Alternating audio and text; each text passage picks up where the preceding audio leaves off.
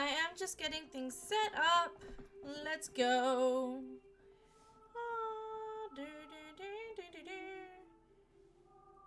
She's just getting set up. There we go. Ooh, my phone needs to be put on charge. How about that? That's a great start.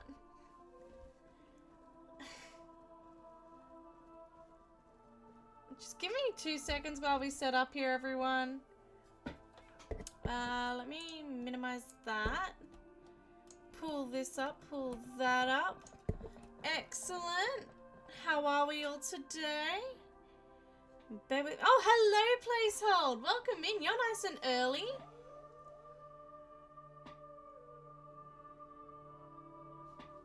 I haven't even finished setting up. Hello, Placehold. Welcome in.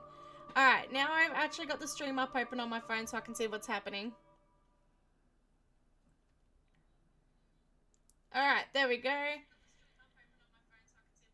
I've been so keen for tonight. So have I. It's been a long week. I'm already so keen for this. How are we? How's the week going? Your streams are the best part of my week. Oh, I feel the same. I'm glad to hear that. I feel the same. I'm very excited for tonight. Alright, we are setting up the rando. Let's go. How are we all? I literally just finished work and went, crap, now I gotta go start stream. Let's go. I was like, the best part of the week is here. Alright. Whoa. No. Bro. Let's go, bro. Oh, hello also, Soup. Meow, meow, it's time. That's right. Does anyone remember what the heck we were doing last time? I have no idea. My week has been okay, just working on more uni assessments. That's a long day for you today. It was. I was not supposed to, so I went into the office today, which was something I wasn't supposed to necessarily do. So I work from home a couple of days a week. And I was supposed to be working from home today because I worked 9 a.m. to 7 p.m. No, sorry, 8 a.m. to 7 p.m. today. More like 7:30. And I was supposed to be doing that from home, but unfortunately things don't always work out like that, and I had to go into the office this morning for a few things, but at least I got to travel home halfway through the day, so I wasn't in the office the entire time, which was nice. It meant that I didn't have to face peak hour trains or traffic, and I could just sort of relax on the train, and it was nice. Would have been nicer if I could do the whole thing from home, but you know, it's how the cookie crumbles sometimes. Placehold beat me here. Oh, well, I'm just so glad to have you both. I don't even mind. I'm kidding. Alright, let's go. I'm going to be fully honest, I do not remember the last thing we were doing, or how... Oh, I forgot how bad the lag is. Oh, that is some lag right there. Alright. Jeez. Alright. I'm just trying to think. I don't remember what we were doing last time, if I'm going to be completely honest. I've lost complete track of what we were doing. But, there are a few things that we're going to do. So, first of all, with the claw shot, we can get into, one of the bomb caves down here. It's actually called, like, the lava cave or something random like that. So we're going to go into there. Woo. Lurking until our gremlin child is sleeping. You were doing forest but got stuck on boomerang. Thank you, Ducky. Also, welcome in, Ducky. Thank you for letting me know. I could not remember. Or am I a session behind? No, I think that's fairly accurate. We already did that, didn't we? Yes, we did. I think that's fairly accurate, if I recall correctly. So thank you. Oh. We've got a bug here, don't we? There's a bug, right? Yes there is. Alright, so what we're going to do is we are going to go check out one of the caves. It's like a lava cave or something like that. We're going to check that out. And then City in the Sky, we were told that City in the Sky has something important for us. I don't know what. We're gonna figure that one out. I also went to the wrong bridge without thinking. This is not the bridge we were meant to go to. Oh well, we get a nice little detour around. So we're going to go to City in the Sky now that we have a sword to go around with. Previously I kind of avoided going because we didn't have the sword, and I didn't want to have to try and deal with that. It's already going to be annoying enough trying to deal with that without the iron boots, which are kind of necessary for parts of City in the Sky. So we're going to do as much as we can in City in the Sky, see if we can find that real important item, and then we're going to see what else is available.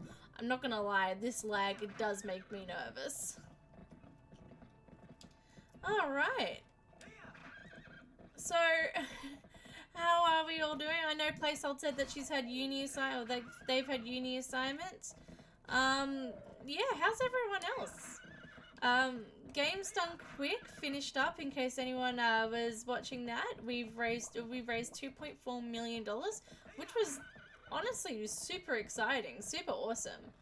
And ASM, Australian Speed Marathon, is happening right now. In case you thought like my constant talking about speedrunning marathons was over, no.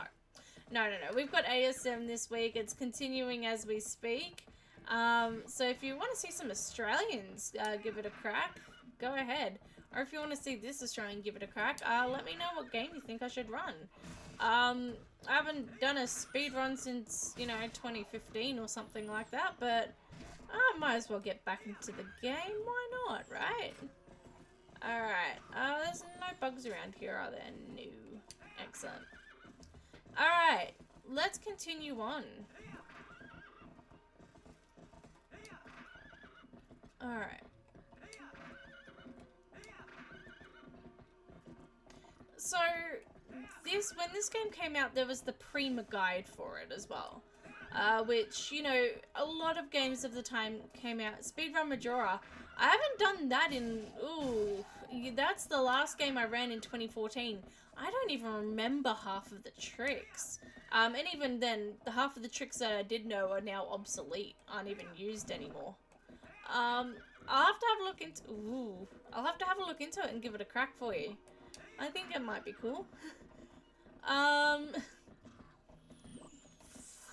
Okay, Hidden Village is still hidden. Excellent.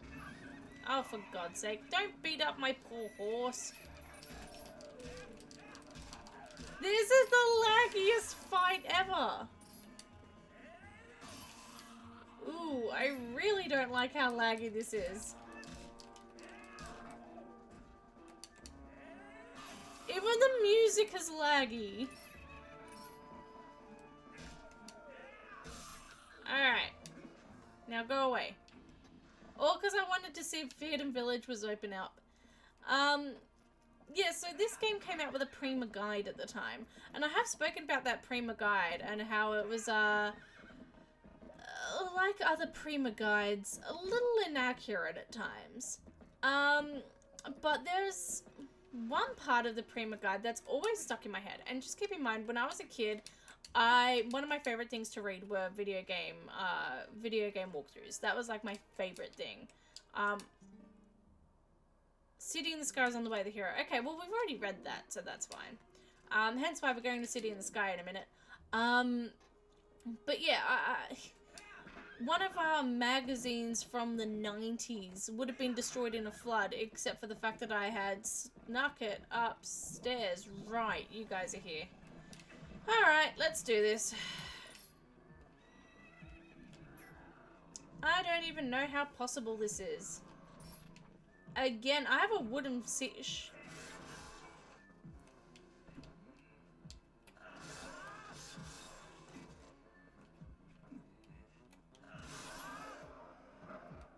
Oh, are you kidding me?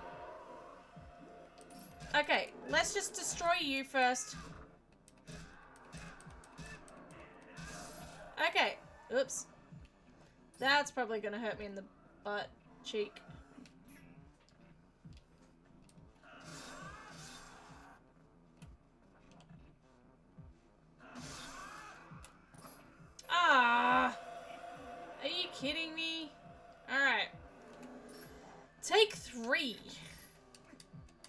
I don't even know if this is necessarily possible. Which one am I hitting?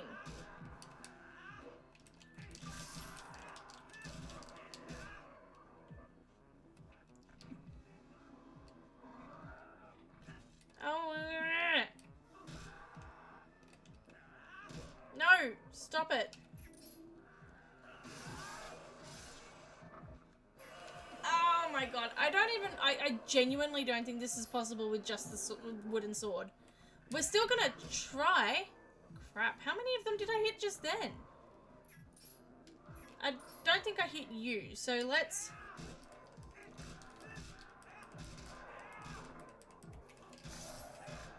Alright, this is not gonna work.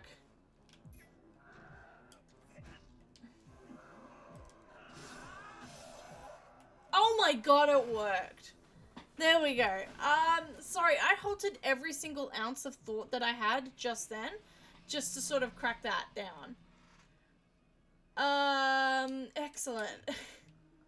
Also, just bear with me for 2 seconds. I just quickly forgot to do something. Bear with me for 2 seconds, because I'm a dum-dum. We all know that.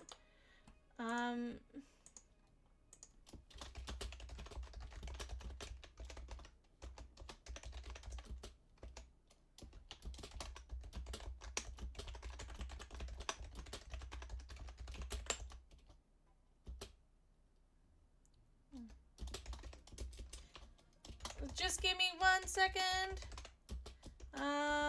Also my dad is trying to call me. That's really cute.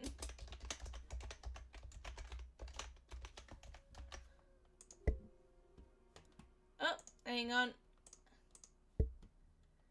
My dad just texted me going, "Are you streaming or can I call?" And give me 2 seconds. I have to reply. Otherwise I'm gonna feel really bad.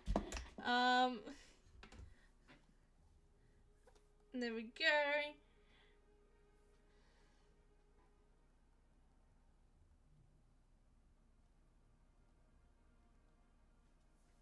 There we go. Alright, we are back. Let's go. Sorry, I just had to take care of something. Now we are good. Let's continue on. Placehold, you had a comment. Haha, every time I spell your dad deliberately waits till you're streaming. Sometimes it feels like that. He's so sweet though. It's really cute. It's worth it. I love walkthroughs too. I used to track down all the hardcover copies for my games. I have a nice collection of them somewhere. So do I. I love collecting them as well. Yeah, I used to read all of the Prima guides. Like, we have a magazine. In fact, it's right there next to me on the bookshelf. That we used to collect all these magazines. Cause back in, I don't know how many people are watching that were alive in like the, alive and, you know, able to remember the 90s. But you used to, instead of finding all of your tips and tricks on the internet, I mean, you still could find your tips and tricks on the internet, but for the most part, your walkthrough information, your walkthrough and your game information came from hint magazines and designed walkthroughs. So you would pick up the magazine from your local news agents or whatever, and get the get your hints on that way. So I have a magazine. Hang on, I'll show it to you actually. Bear with me. You can tell it's been well loved. It's a magazine that includes information for Super Mario 64, a number of cheats for Nintendo 64 games, Ocarina of Time, Turok 2, Seeds of Evil, Banjo-Kazooie, goated game, Mission Impossible, GoldenEye, and Space Station Silicon Valley. This would have been destroyed in a flood, and for a number of years my parents thought it was destroyed in a flood. It wasn't until about 6 months ago did I go, "Oh, by the way, this is yours. Did you want it?" And they went, "How did you why do you have this? How do you have this?" And I went, "Oh, I think I stole it from the lounge room for a bit of light reading about 20 years ago." So, I love the walkthroughs for these games. That's the point. I love the walkthroughs. And one of my most vivid memories of reading these walkthroughs was the Twilight Princess walkthrough in particular. Mostly because I used to make edit notes in it. We can't do this without the iron boots. I just realized. That kind of sucks. So, you know, I used to make notes in the Prima guide, but actually I don't write in books. I used to get sticky notes and put them in the walkthrough. Oh, and our walkthrough was so well loved. It was held together with duct tape, zip ties, and a prayer. So, yeah, I used to read these walkthroughs just for fun. And there's a section in the walkthrough, because the walkthroughs have like different names for its different chapters. So it's like the Forest Temple, and then, you know, Beyond the Forest Temple, and Second Twilight, and stuff like that.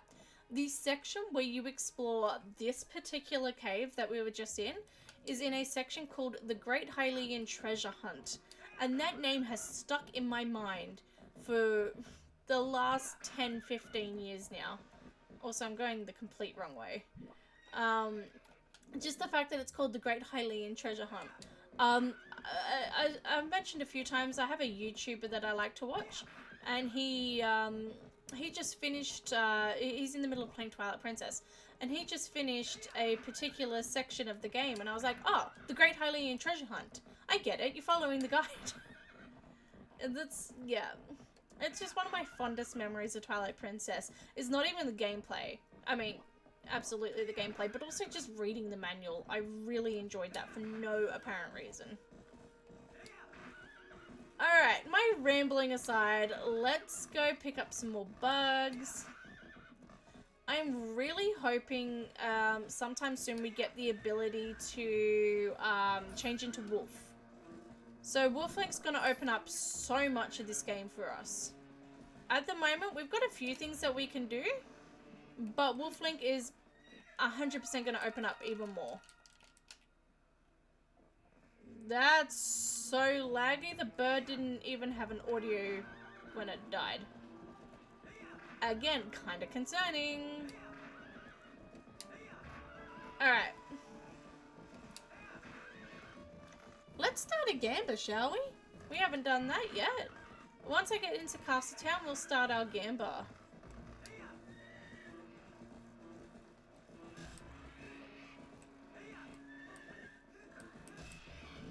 Sorry, Epona. Again, I've been playing so much... Oh, crap. You mean you actually have to do this minigame? No, absolutely not. Alright. Back around the long way it is. One of the main reasons why getting Wolflink would be so important and so vital for this randomizer is that it unlocks warping. I just really want to warp.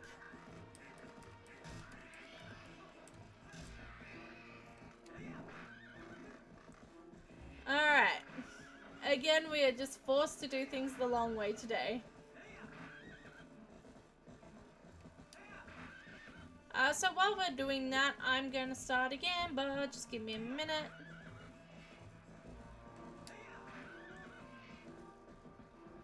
Actually, I can't gamba and play at the same time, so bear with me. Alright, come on, game.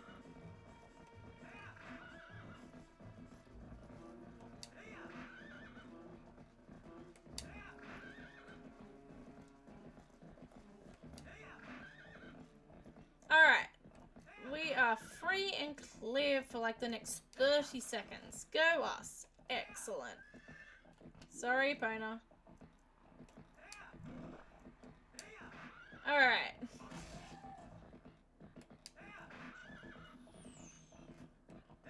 We are almost there. Not really, but we're getting there. You don't realize... Because by the time that okay, to explain this, in case anyone hasn't played Twilight Princess or hasn't played it recently, you finish the Twilight in the Faron Woods. You do the Forest Temple. Everything else is blocked off, so your only way of going is to the second Twilight in the Elden region. You complete the Twilight there, and then you do the Goron Mines. And then your only option is to go back to Ordona or to go into the Twilight. So it's very linear up until that point. So then you complete the Twilight there, and you go, you complete the Twilight, and the whole map opens up at this point. But you're pushed directly into the quest to go to the water temple. So you're told immediately, go to Castletown, talk to Telma. You talk to Telma, you do the guide mission. So there's a whole mission where you've got to sort of escort a wagon back to back to Kakariko, which a lot of people hate. A lot of people hate doing that mission. And to be fair, I can't blame them. I don't mind doing it, but I can't blame them. So... yeah, you do that, and immediately you get the Zora armor for doing that. And that Zora armor immediately, again, this is kind of freaking me out with how laggy it is. Hi, Snecky, welcome in. I hope you're having a lovely day. I am bloody cold, but we're doing well. But yeah, so you complete that wagon thing. You get the Zora armor immediately, and a handy little shortcut opens up right to the water temple from Kakariko. So you're not really doing much traversing. In fact, the most traversing that the game actively forces you to do is going from Eldin to Ordona to get the Iron Boots. That's it. So you don't really notice in vanilla gameplay how much traversing you do without warp points, because immediately after the water temple you get turned into a wolf, and you have to complete a whole wolf section, which is basically going to the castle and then going back to Ordon village. There's a sign here. Ah, outside Upper's grounds lantern chest is a trap. Very nice. I am totally gonna forget that, aren't I? So yeah, so there's not much traversing that needs to be done. So when you're in a setting where you're suddenly doing a lot more traversing without the warping, you kind of forget how big of an area it is. Or how frustrating it can be to traverse around here, especially without Wolf.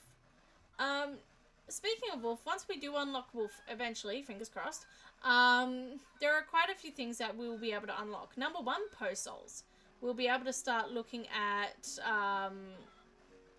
be able to start looking at collecting Poe Souls, because they're probably I don't think they're randomized, but the reward might be. I actually don't know how it works, if I'm being honest.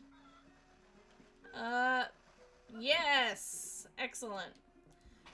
This was the one chest in Hyrule Field we missed. In Lake Hylia that we missed on this, and we could have honestly continued to miss it. But this takes us right over to the cannon. It's almost like I planned it or something. Wow. Oosh. Alright. As we are getting ready to go to City in the Sky, let's get a scamper set up. Let's start with an oldie but a classic. What are we going to find first today, everyone? Give it a think. Don't give it too hard to think and spurt out your answers before I actually write them down. Excellent. Let's get that gamba going.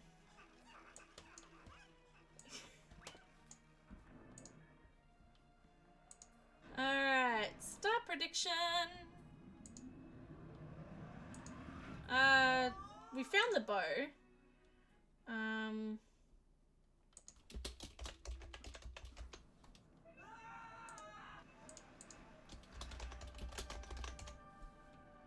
Alright, that prediction has started. What are we going to find first?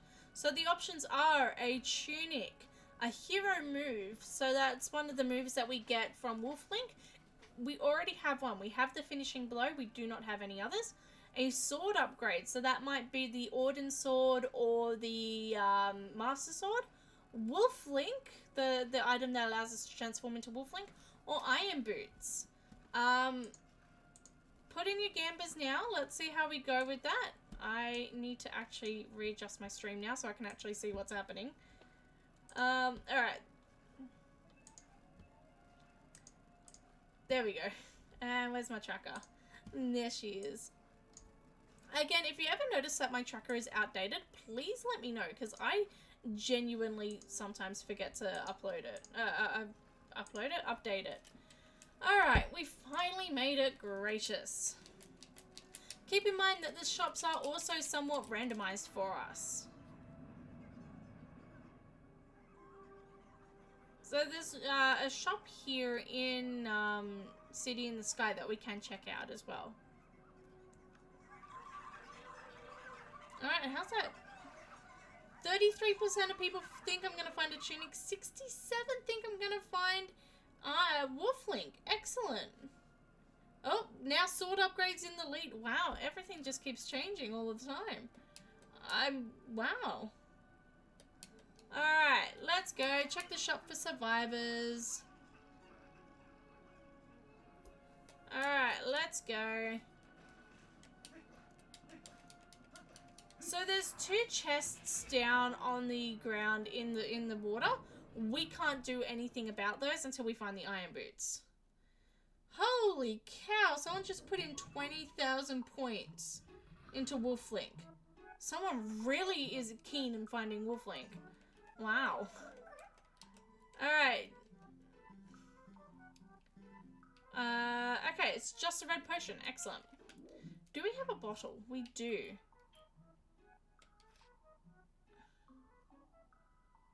Okay, sure. I don't remember ever getting Uku's note, but sure. Alright. So while we are waiting for the result, like while we're going through, ooh geez, this is why the iron boots are kind of not required, but preferred for City in the Sky.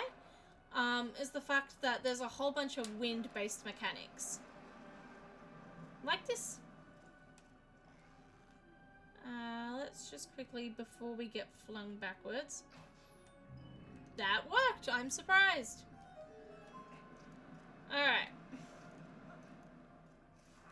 I was gonna say, I didn't want to have to deal with trying to shoot the thing with those thingamabobs. That made no sense.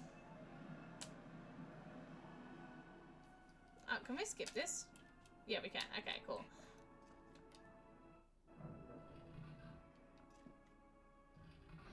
Alright, welcome to City in the Sky. I have mixed feelings about this dungeon, I guess. It's definitely not my least favorite. It's definitely not my favorite, though.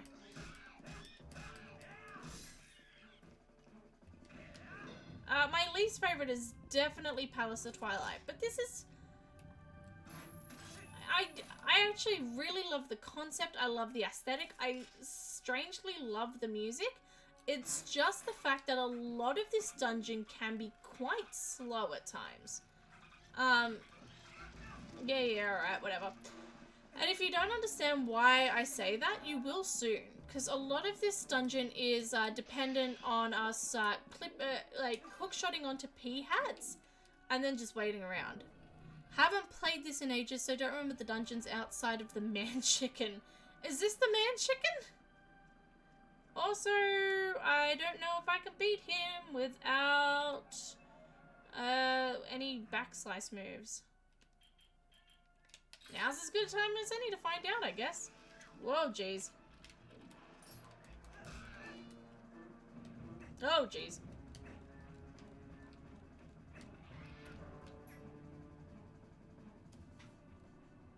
I mean, that took care of it. Like, sure, why not? Like, yeah, I'll take that. Okay. Let's go. Yeah, no, if I'm being honest, a lot of people haven't played this or haven't played this or haven't played it in so long. I am not surprised that people don't remember a lot of this. I hope, if nothing else, this randomizer is kind of enticing. Nothing beyond this point. Auden Cat Rescue is the Shadow Crystal.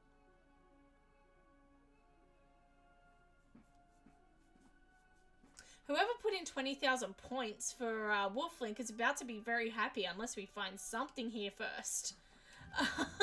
The Shadow Crystal is the item that's going to allow us to transform into Wolflink. And the fact that it was in Auden and we tried to do that exact quest before, but my controller wasn't working, kind of funny. So cat rescue is it's one of the things that you do right at the beginning of the game. The cat won't go home until it's had a fish. So you need to fish a fish for the cat. That made probably absolutely no sense to anyone that isn't me. I promise you it does make sense. But yeah, it's like one of the first things you do. Unfortunately, this is also kind of where we get stuck at City in the Sky. We can go down there to the area that's got nothing for us, but it's got nothing for us, which means that no items to help us get through the rest of the dungeon is going to be there. So there's no point going through there to get to the rest of the dungeon if any items that we need to get to the rest of the dungeon aren't there. Does that make sense? I don't think that makes any sort of sense, but it does in my stupid little brain. Alright. We are just going to take a quick little detour here. Boom. Ugh. Nope, nope, nope. Come on, there we go. It's the only problem with the D-pad sometimes. Is that already... That's already in place. Excellent. Okay. Sure.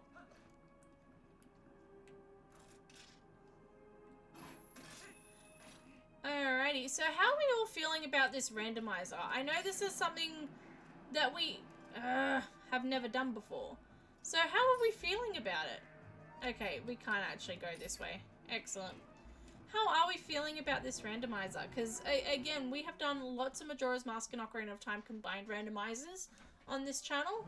We have done quite a few other things. We have never done a Twilight Princess randomizer. And once again, I don't know what I'm doing, so we are all learning at the same time. Loving it. Oh, I'm glad to hear it, Ducky.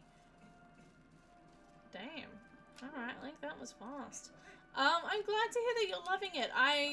I'm not gonna lie, I'll take any Loz Rando. Same, honestly.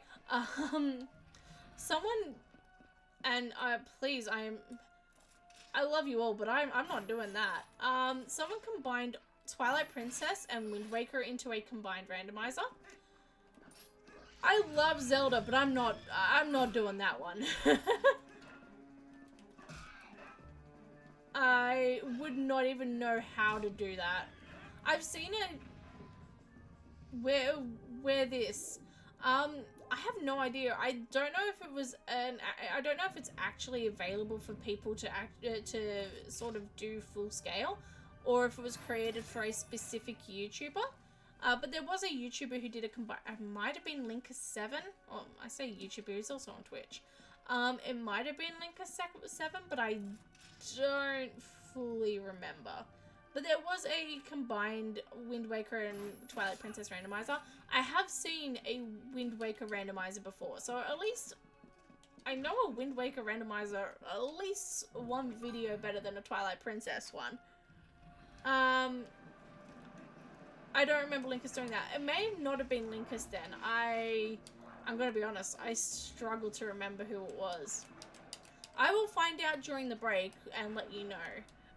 Because it just came up on my YouTube recommended. And I saw that and went, oh no. Look, I love Wind Waker, I love Twilight Princess, but that is one combined randomizer that's gotta be a little bit torture. Just found that video. Was it Linkus? I genuinely have no idea. I was gonna say, if anyone would do it, it would be Linkus, if I'm being honest. Also, if anyone doesn't know who on earth we're talking about, Linker7 is a Zelda speedrunner and rando player, and an absolutely amazing one at that. Feel free to go check him out. Alright, let's go. Get out the way. There we go.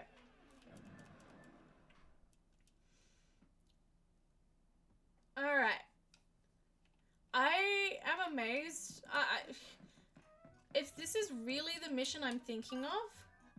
Now someone by the name of Terror Guild. Oh. Interesting. No idea then. I'll have to go check it out.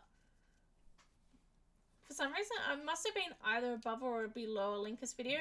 Or maybe I just saw Wind Waker randomizer and went, oh yeah, Linkus.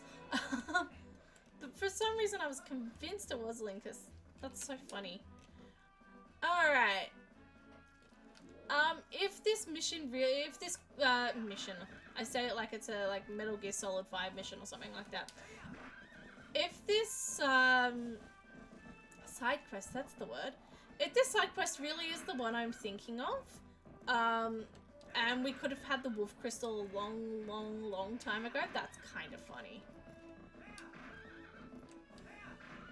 Alright, let's go.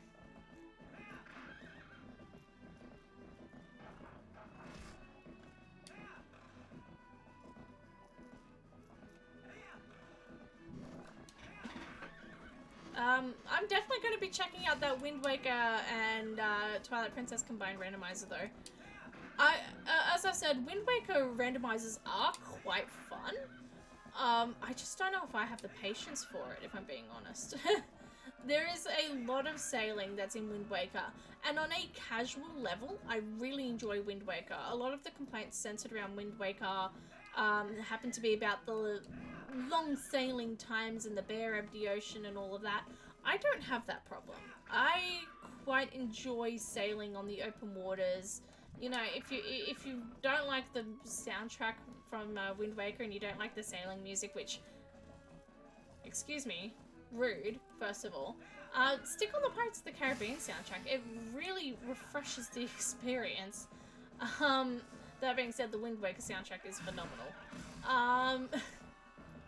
But, oh, I'm just running straight into a wall, aren't I? But yeah, so on a casual scale, I love Wind Waker. I love the sailing mechanic. I love all the islands. In terms of a stream and for a randomizer, I don't think I'm going to have the patience. I feel like I'd be boring you all with constant sailing with no apparent reason. Even now, traversing through Hyrule, I'm like, oh god, can this hurry up, please? I feel like, you know, at a certain point it becomes boring for you as a viewer. Alright, we are almost back to Orden, I promise.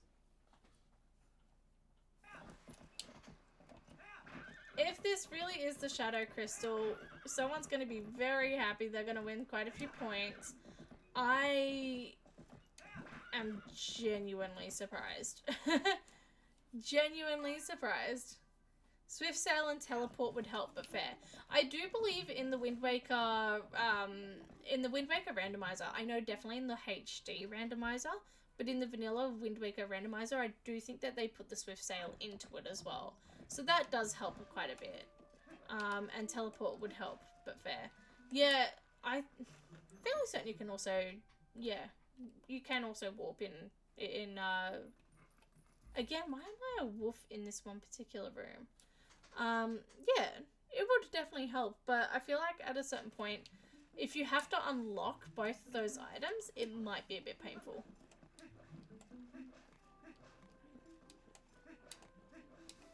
Alright. Hello, you dumb cat. Actually, no, cats are dumb. That's me dumb. I'm dumb. I'm the dumb. Sorry, cat. I'll give you fish to make up for it. Fish. Playcel's gonna be very happy. Why didn't that work? I may have been pressing the wrong button. That's why it didn't work. Oh, come on. The problem is with this, I am very used to the Wii U controls for the fishing rod. To the point where sometimes I forget which version I'm playing on. Nah, my cat is dumb. It's a good thing he's gorgeous because there are only walnuts in his skull. Same with Muffins. I mean, we have a Gremlin Muffins emote because of, you know, no brain cell. Like, there's nothing happening behind those eyes.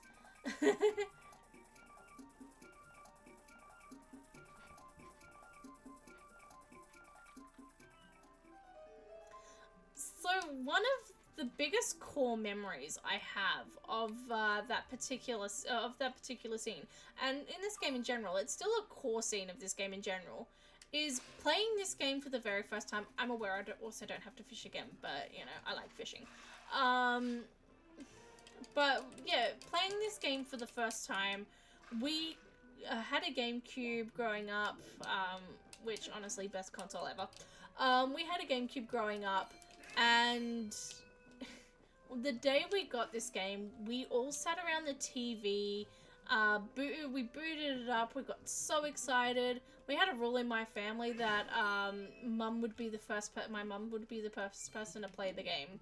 And you couldn't play the game until she finished it. And that rule got amended to, you can't play past mum until, like, you can play the game, you can play your own save file, but you can't pass mum where she is in the game. And eventually that got changed into, you can't pass mum where she is in the game unless 5 years have passed and she still hasn't progressed. Because I got really sick of playing the Skyward Sword intro like 20 million times. But we all huddled around the TV watching mum play, and hearing that chime as the cat runs through the cat door there, we all just went, oh, it's like Ocarina of Time! And we were, it was nostalgia overload for us. Granted, like, it wasn't even that long since we'd played Ocarina of Time, but it was just nostalgia overload.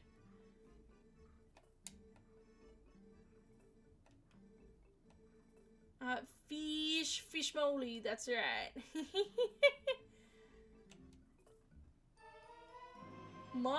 Wow. Wow, alright. Wow. Wolflink wins the prediction. I was not expecting that. If anything, I was expecting Tunic to win the prediction there. 21,300 points go to Donks and Virtual Fusion Games. Also, hello, Virtual Fusion Games. Welcome in. Hello, Donks. Welcome in. Congratulations on your points. Oh, there we go. I was going to say, why am I not moving? Okay, congratulations on your points. That was quite incredible. Alright. So there was something that... Oh, no.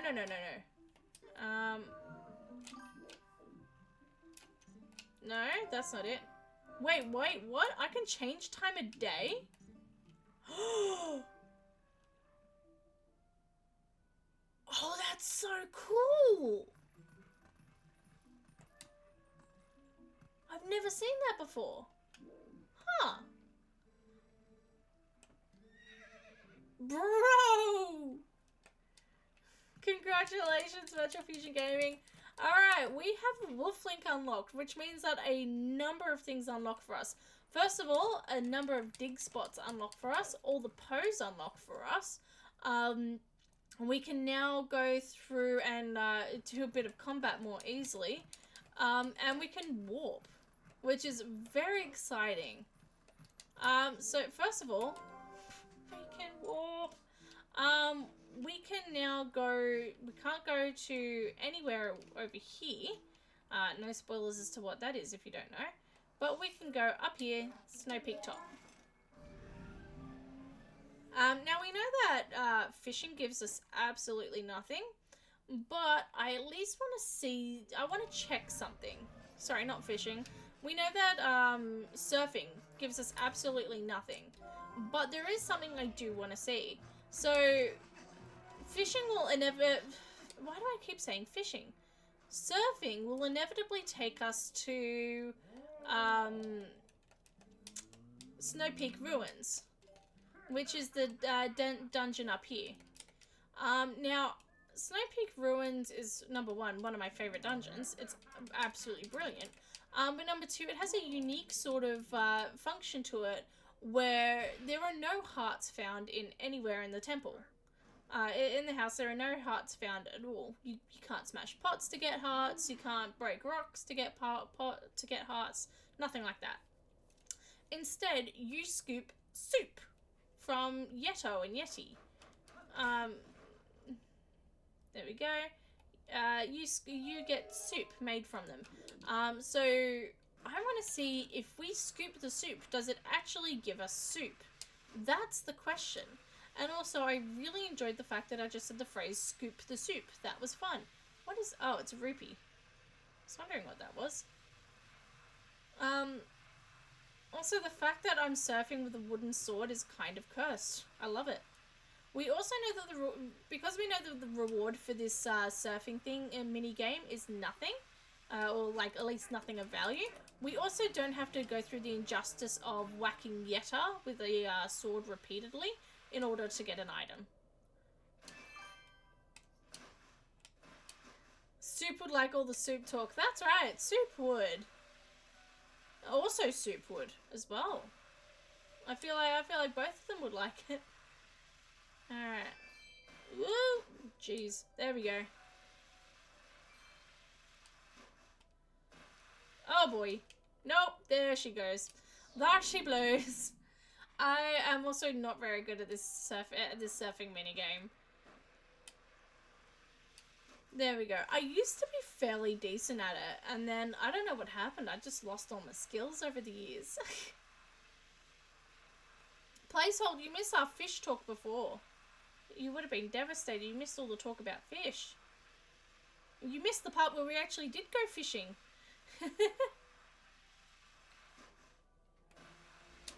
There we go.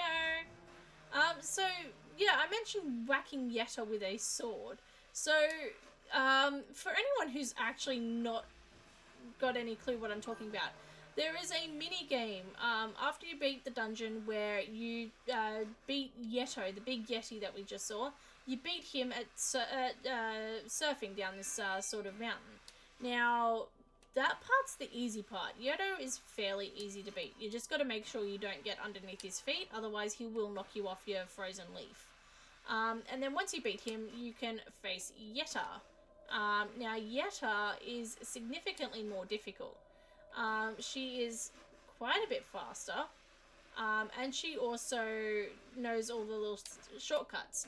So that sort of jumpy section that I went over before with the 3 little platforms, that's actually the shortcut that she takes. Now, once you defeat her, you get a piece of heart. The optimal strategy to defeat her is to actually spin attack at the beginning of the ride and near the bridge when she interacts with you. Which again sounds really mean, but by spin attacking and hitting her, it sort of sends her spiraling out the way, slowing her down. I shouldn't say it sounds mean. It is mean. It's kind of really mean, but it's not cheating, I guess. It certainly is. Alright. Hello, Poe.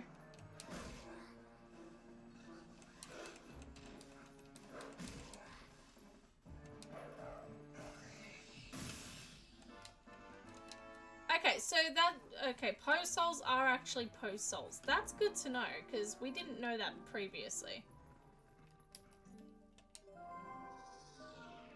And it seems all the doors are unlocked, regardless of what we need to actually do, which is also good to know. I've forgotten how to get that one. Oh well, we're going to come back for it, I guess. All right. So, fun fact over here, you've got a number of paintings. Let me just get rid of that. You've got a number of paintings. This one is a little hard to see from this angle, but it is actually Queen Rutella. It is much easier to see in the HD version. That's Queen Rutella. That's the Sacred Grove. I don't know if you can see. I'm just going to use my mouse. That's statue 1. That's statue 2. That's the archway of the Sacred Grove. That third painting I'm not too sure about. But then over here, we've got another painting of Rutella and a painting that looks almost like Raru, the Sage of Spirit. It's a little detail that not many people point out, so there you go. Also, why they have 2 paintings of Rutella, I'm not quite sure about. Oh, hello, Yetto. Hello, Sign. They say field tracker spin. We've already done that one, actually. So that's a good reward to know. Excuse me. Oh, so this is the wrong way, isn't it? This is the complete wrong way. Let's go back. If I'm being honest, I sometimes forget my way around here. This is also not the kitchen. How about I go to the one with the blue spot on it? That's obviously the kitchen. That might help. Alright, here we go. Again, there's not too much we can do at Snow Peak Ruins, so we're not going to stay here for long. But there's a few things that we can do. Will this soup actually give us soup? I'm not quite sure. Let's find out. It gives us soup. Oh, and it's superb soup. So it's already given us the max upgrade for the soup. So again, if you're not familiar with this dungeon, what happens is the whole premise of this dungeon is that Yeto, the male one, gave Yetta, the female, we can't even do, no, we can do this puzzle. I don't know what I'm talking about. We can do this puzzle. Gave Yetta a piece of a mirror, which is important, I promise. Gave Yetta a piece of a mirror, being the mirror of Twilight. And ever since, Yetta hasn't felt well. She has been feeling very sick ever since. So Yeto decides to make some soup for her. And because she's sick, they decide they're going to get, like, when Link comes asking for the mirror, they're like, oh, yeah, you can take it. And they turn around and say, look, it's locked in the bedroom. We haven't, ever since Yetta started feeling sick, we haven't gone in the bedroom. So we locked it up and we put the key away somewhere. And Yetta circles the space on the map where the key is. Except Yetta's kind of feeling sick and her memory is failing her while she's feeling sick. So while Yeto's making some soup, we go looking for this key. And Yeto's soup initially is made of reek fish, which, let's be honest, doesn't sound great. It's called the simple soup, and it heals 4 hearts. Then we find some pumpkin in the chest that's supposed to have our key in it. And Yetta goes, oops, that's on me, I'm stupid. And she's like, just give the pumpkin to my husband, I guess. Bums, excellent. So he takes the pumpkin and makes good soup. And that heals 6 hearts. Yeah, 4 hearts, 6 hearts. And then you go to the next space that Yetta's put on her, that Yetta's listed that the key is, and it's got cheese in it. So you give the cheese to Yetta, and he makes superb soup, which is worth 8 hearts. As I mentioned before, this is the only way to get hearts in this dungeon.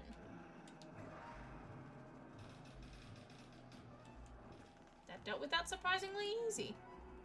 I'm kind of impressed. Oh boy. Oh, okay, that's fine. This does nothing to damage them, I just find it neat. It's like playing pinball with them. Oops, maybe I shouldn't play pinball with them.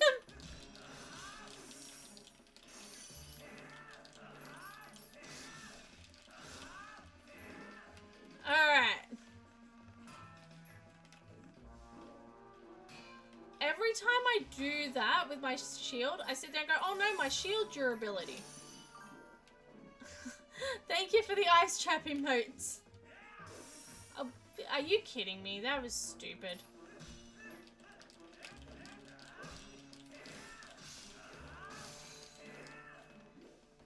Again, this is kind of taking forever with the wooden sword.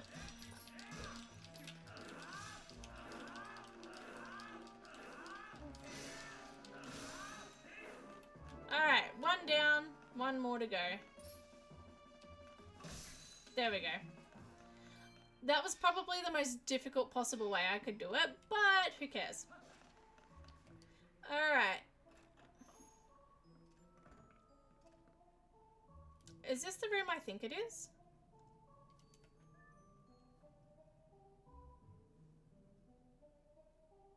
No, it is not. Yes, it is, except it's already pre-cleared out. So this room... Never mind, it's not this room. There's a room in the game somewhere called Chilfoss Chapel in the walkthrough. You remember how I was saying before about I just remember certain things from the walkthrough as like a core memory? The fact that this is called Chilfoss Chapel is something that I've never forgotten. Rude. Okay, let me do this properly. So the whole point that you're supposed to do is hit them with a bomb arrow to get rid of their spear, and then hit them with another bomb arrow to kill them before they regenerate their spear. That's how you're supposed to defeat them in the beginning of the game. After you get the ball and chain, it is so much easier. And this is where the pumpkin is normally. Excellent.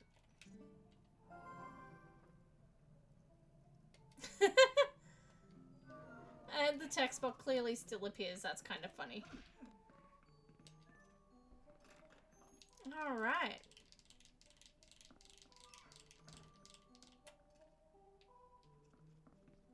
So how are we all feeling?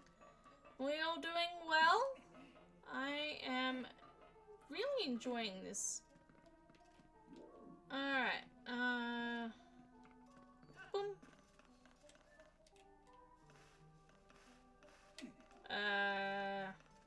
Something tells me I'm not supposed to go that way. Bugger it. I tried to jump and I completely missed. That's fine. Alright, we're not going to stay here forever. We are eventually just going to warp out. Mostly because, if I'm being honest, without the ball and chain, we do sort of hit a natural stopping point. There are a series of pots around here, though, that we are just going to quickly collect. Again, there's no items of value hidden in these. I was going to say there's no items of value, but I want some hearts. I just finished talking about the fact that there's no hearts in this dungeon. I'm an idiot. Instead, we are going to just get more superb soup.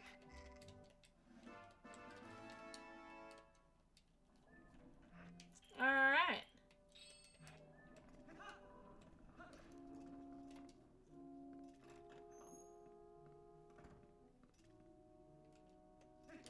So what we're going to do now is, you will notice that something very interesting that happens with this rando is I can turn into wolf and out of wolf regardless of who's around me. That is a setting that I enabled for convenience, if you will. It was much more convenient and easy just to be able to change form at will without having to do the whole, no, someone's gonna spot you. Whatever will we do? So much easier. Alright. While we're here, we're gonna collect a few poes. I'm gonna be honest, I do not remember where every poe in this game is. Hopefully we don't need to find every poe in this game. I would like to find a few though, so we have an idea of what the reward is. Unless Giovanni's house actually gives us an indication of what the rewards are ahead of time, it's probably better to know that now.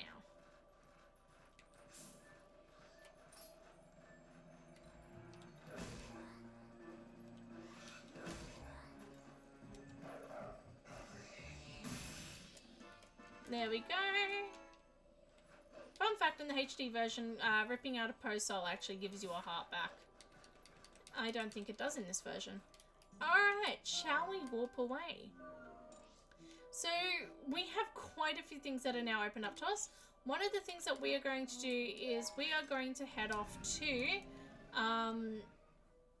Castletown. That's the one I'm looking for.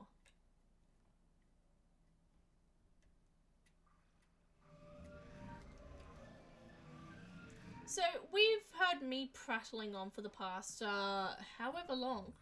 59 minutes. Wow, we've been at this for an hour already. That's kind of cool. It's felt like no time has passed at all. How are you all doing? What games are you playing right now?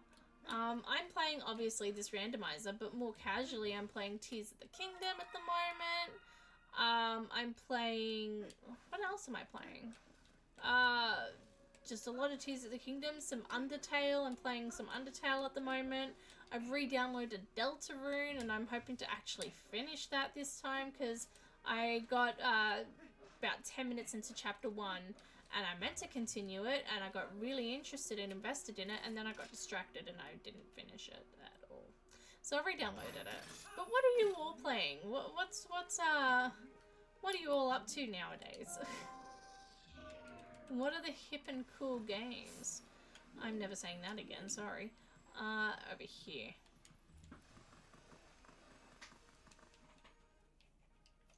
What's in here most importantly? Oh, balls.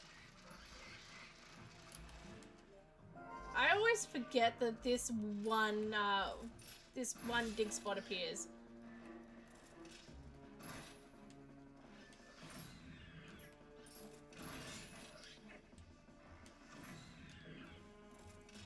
Alright.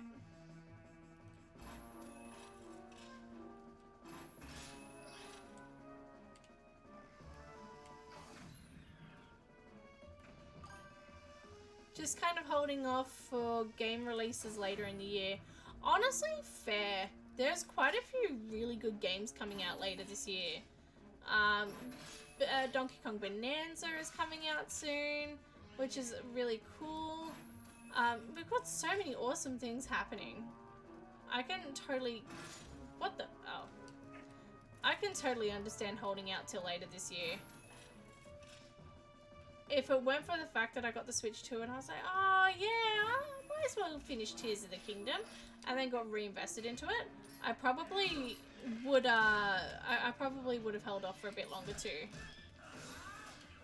There we go.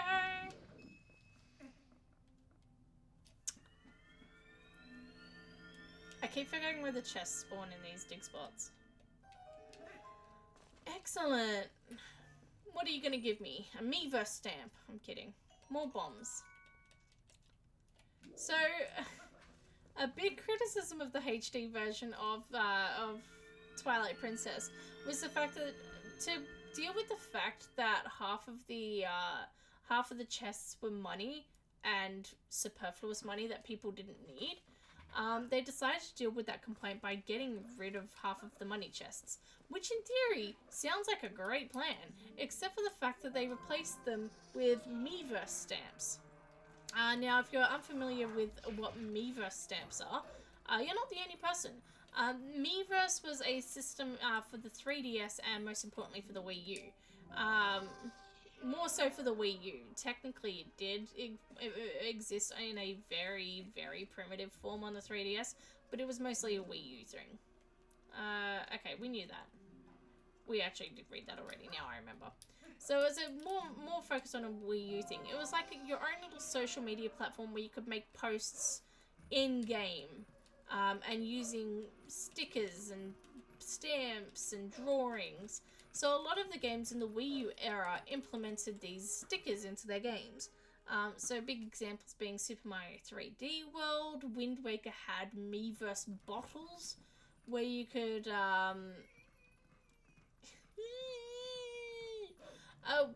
yeah, Wind Waker had Miiverse bottles that you could share messages and photos with.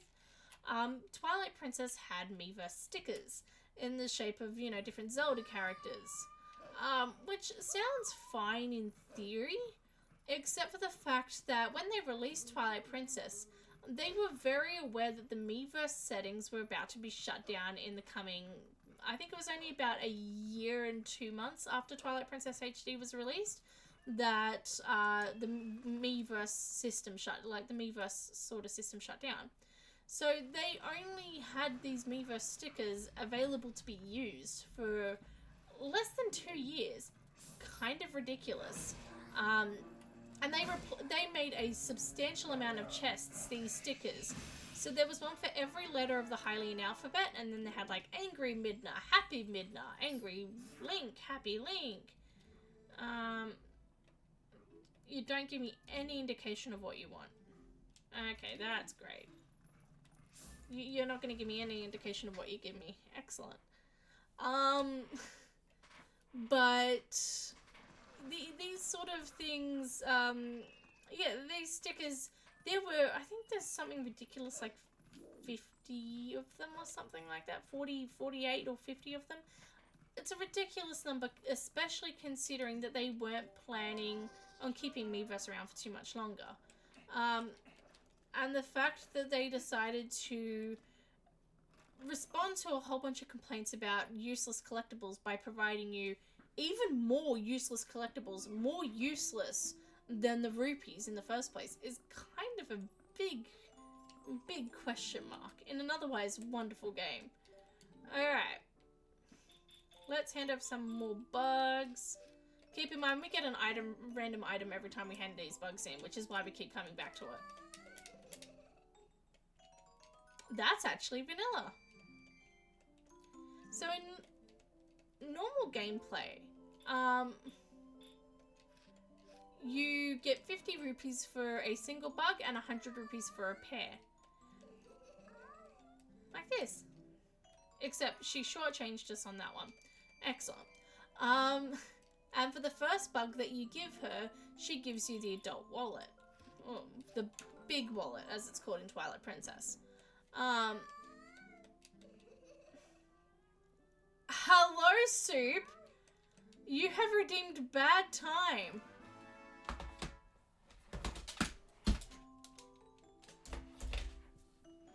We are in for a bad time, folks. Alright, let's do it. Bear with me for 2 seconds while I get this set up. Ooh. That's the one I'm looking for. Warm welcome. Hello, Soup. Welcome in. I was not expecting that right off the bat, but fair shout. You got me. Alright. Let's do this. Let me actually pull up the thing. I don't know if you can hear Twilight Princess in the background, but I can. So that's gonna throw me off a little bit. Alright, ready?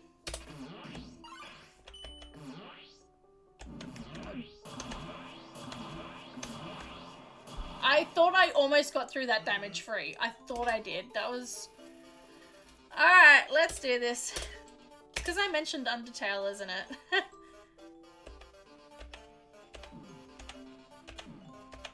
I should not be taking damage on this first one. Oh. Okay, so in case anyone's unaware of what that move is, the blue bones you're not supposed to move. If you move, they hurt you. The white bones, if you hit them, they hurt you. If that makes sense. You have to move out the way for the white ones, you have to stop moving for the blue ones. Alright. Oh, crap. I forgot what... See, when Jacksepticeye and other people did this fight, they had the common sense to write down the moves ahead of time. I don't have that common sense. Oh boy, oh boy. Okay, I've gone right back into sucking, clearly. Can you even hear me? I don't know if you can hear me. I'm sure you can, right? Oh, well.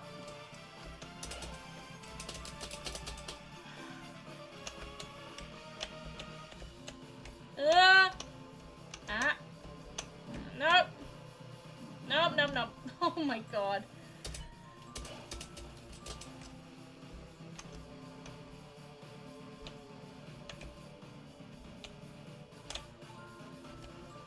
See, that one I'm fairly certain I can get through mostly fine.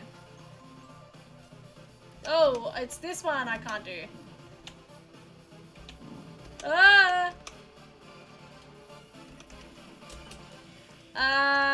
Let's do Legendary Hero. Oh, Gustas. Oh boy, oh boy. Yep, that's fine, stay up there, sure.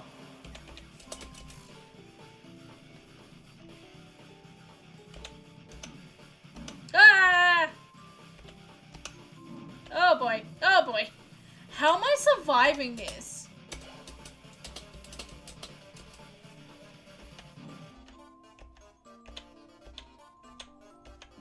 boy.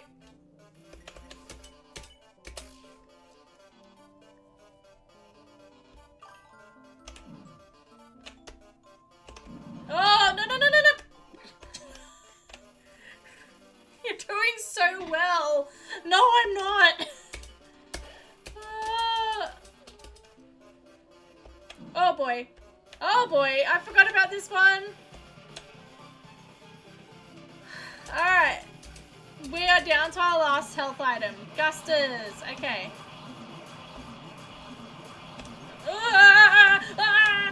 Boy, I ran straight into that last one.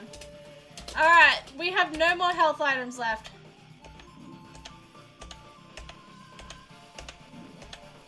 I should not be getting hit on those.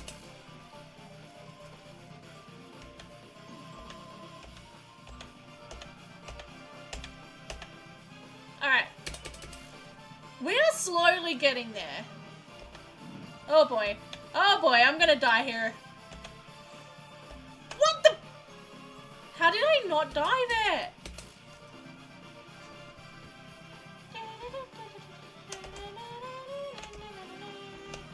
Alright, there we go.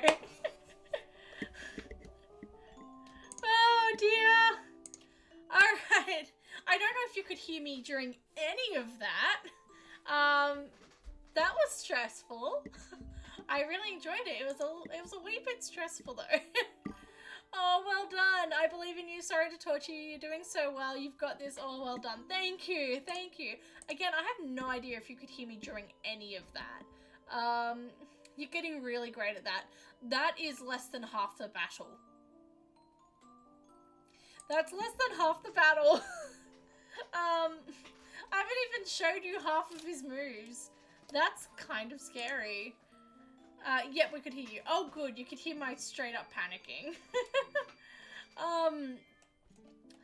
Yeah, that's less than half the moves. It gets way harder after that. Like, that's the easiest portion of the battle. I am slowly getting there, though. We are getting there. Alright. Oh! Oh! Okay. Coral earring. Also, that image aliasing is not great. That sprite is not great. So that's what's going to allow us to catch reef fish. We don't necessarily need to collect the reef fish because we've already got access to Snow Peak without it. But it's still nice to have another thing that we can check off the list. Speaking of which, I'll update the tracker in a second. Alright. I will say doing bad time with this music in the background, kind of weird. Alright, last little bug for this round. And it's vanilla. Excellent. So, I'm going to give you all a little bonus fun fact for you. So Agatha, when you first talk to her, she turns around and says, if you're wearing this tunic, which we are, she turns around and says, oh, look at you, you're like I mistook you for a grass beetle. Sorry, for a grasshopper. I mistook you for a grasshopper. That's a callback to, The Legend of Zelda. Okay, Agatha. It's a bit weird. Yeah, she turns around and says she mistook you for a grasshopper. That's actually a reference to Majora's Mask, where Romani, the little girl at the ranch, calls you Grasshopper. She nicknames you Grasshopper. What bugs did I not give her? Oh, I did miss one. Alright, let's go back. I haven't finished talking about Agatha anyway. So, yeah, she refers to you as she calls you a grasshopper, which is a callback to Majora's Mask. However, if you are wearing the Zora tunic, she calls you a jewel beetle instead of a grasshopper. So it's actually a different text depending on what you're wearing, which is actually a really cute little detail. Now, there's a third item. Oh! Okay. Sure. Why not? So there's actually a third armor in the game called the Magic Armor. Now, for the longest time, it was believed,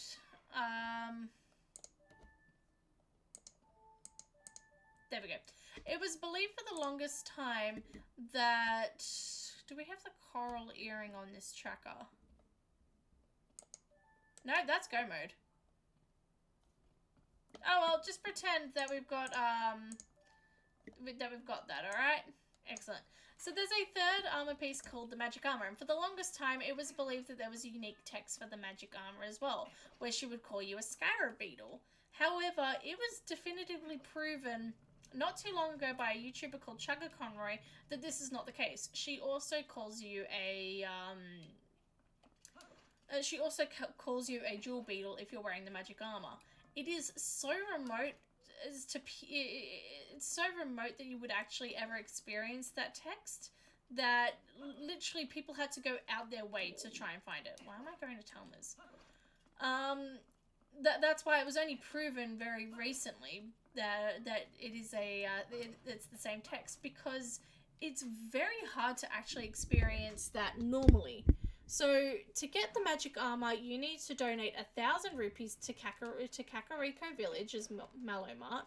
Then you need to either complete a side quest or complete a side quest, which is a really annoying side quest, or donate 250 rupees, or skip the side quest and donate 2,500 rupees instead. And then after that, the Malomart in Castletown will open up. And then you can buy the magic armor for 594 rupees. All of that it's a lot of rupees. It's a lot of rupees. Especially if you don't know that you can do the side quest to get the rupees instead, to pay the less amount of rupees. Which a lot of people... Did I check that sign before? A lot of people genuinely don't know about that side quest. They said that the reward for Palace of Twilight is an orange rupee. Okay, cool. And ease a helping hand is bombs. Excellent. A lot of people don't know that that side quest exists, so they're probably paying the 2,500 rupees, which is a lot of money. And the primary way of making this money for these side quests is selling the bugs. It's probably the best and easiest way of making money in the entire game. So, to be able to view that beginning text of never having talked to Agatha before, while wearing the magic armor, you need to collect a minimum of a minimum of what? My math is not great. 1,000... Taki mushrooms. 1,840 rupees or something like that, and that's at minimum, without selling any bugs whatsoever, which is kind of a tall ask. So yeah, it's not actually really, it's not the simplest thing to prove or disprove, which is why it's taken so long to disprove. Shiitake mushroom Wellingtons. Ooh, an Australian of culture, I see. So there we go.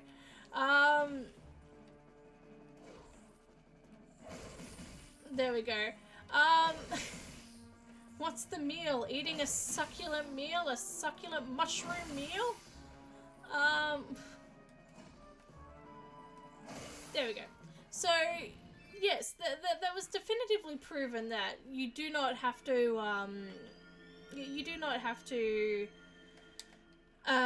wear the magic armor.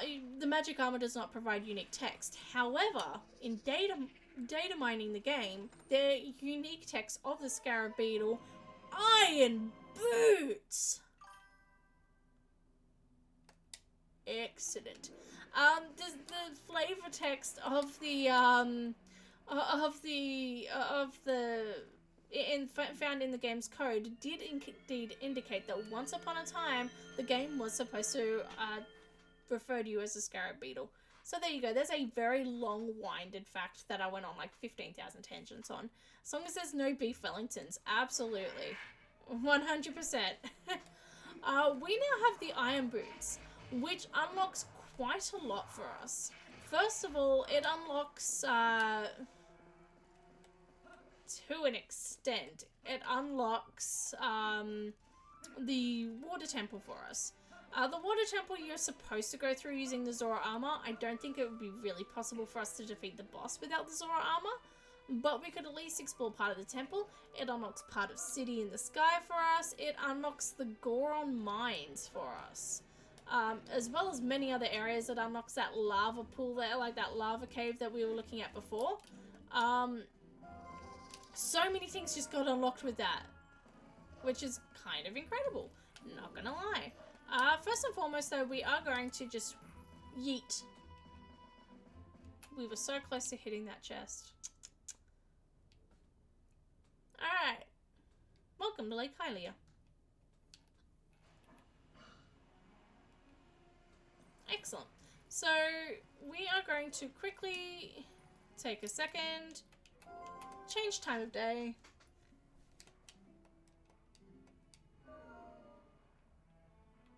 Okay.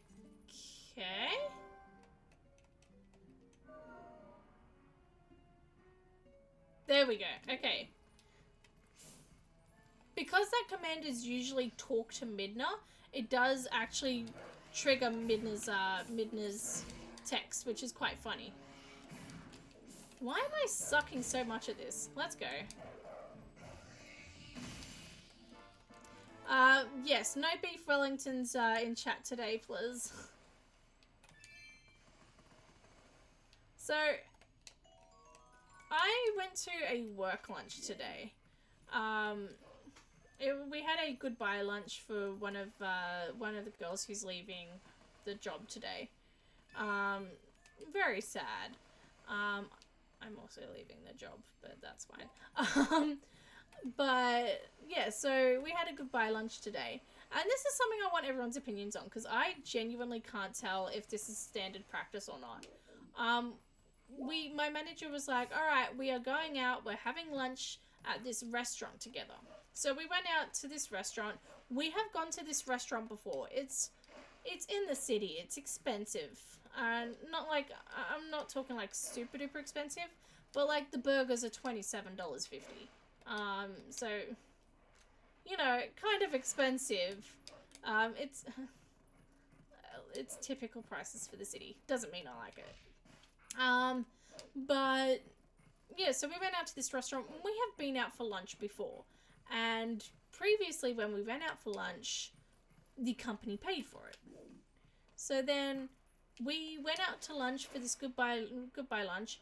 And we get to the restaurant, we sit down, and my manager goes, oh, by the way, I couldn't get approval, so we're all paying for our own meals, okay? And I am not the richest of fellas. I cannot afford to spend $27 on a burger. So I kind of went, oh, cool, awesome, I will adjust. And quite a few people in my team were sitting there going, oh, crap, okay, well, we weren't expecting that. So we all just ordered the cheapest item on the menu, which happened to be fries. And $8 for a tiny bowl of fries, let me just say, I was starving. We all just ordered fries.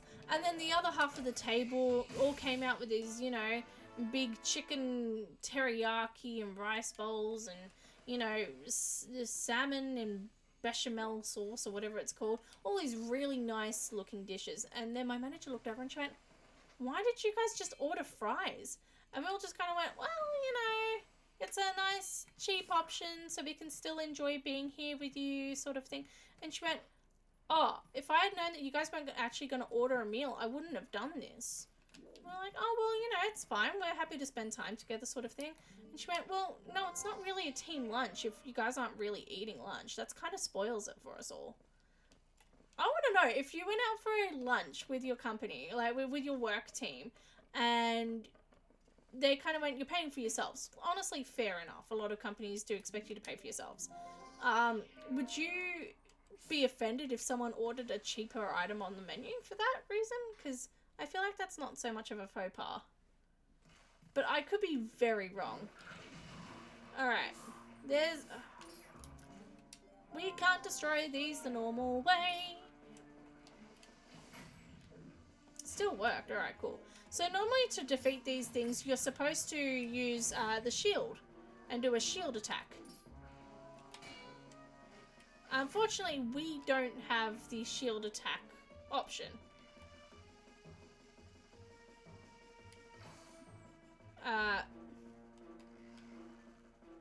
Can I defeat this from here?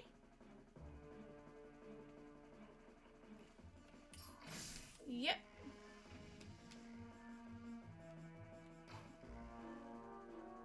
I do not want to get in that water while they're there. There we go. Your manager's privilege is showing. I can't stand how out of touch some people are. Normal people would not be offended by your order. The old saying applies here, keep your eyes on your own plate. Okay, so I'm not crazy then.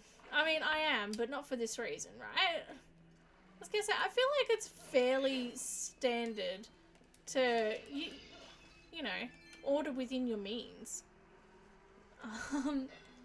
It was, yeah, a very interesting situation. Don't get me wrong, they were nice chips, but jeez. Alright, let's go.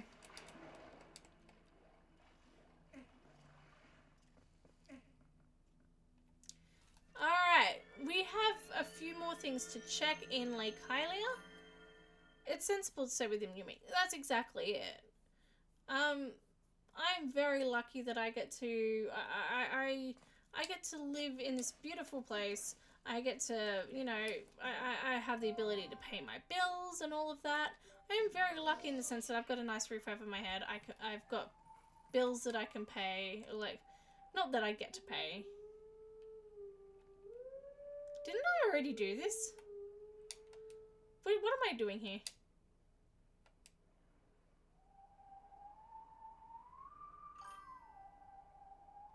Oh, right.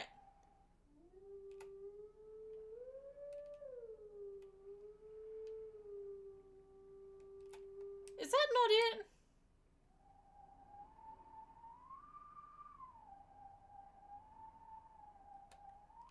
Oh, right. I forgot one note.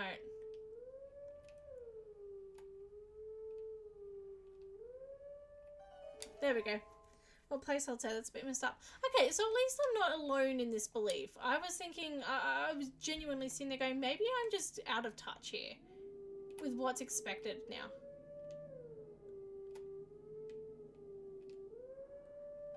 Alright, there we go.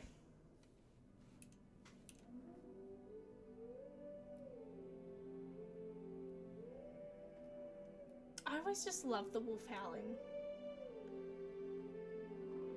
Also, this particular one with the gorgeous like Gerudo desert with the mirror chamber decorations in the background. Oh, mwah, gorgeous. And there goes the wolf. Let's go.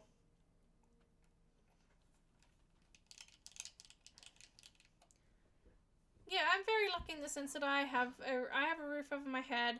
I have food that I can eat. I am very blessed in that prospect, but at the same time, I'm not that blessed that I can go out and drop $30 on a meal with no warning.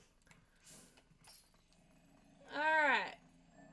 Moving on from that, let's beat up some Poes. Alright, after this, I think it's time that we go explore a new area. We have yet to go up to the Gora Mines. So we're going to completely finish off some exploring here, and then we're going to go on break and then go to the Gora Mines. I think that's a great plan. Alright.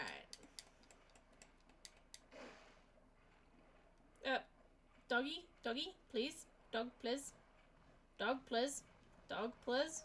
Thank you.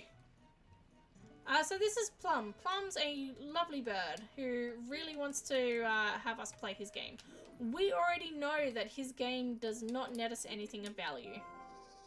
So we do not have to play it. Unless you really want to see me fail at it. Alright.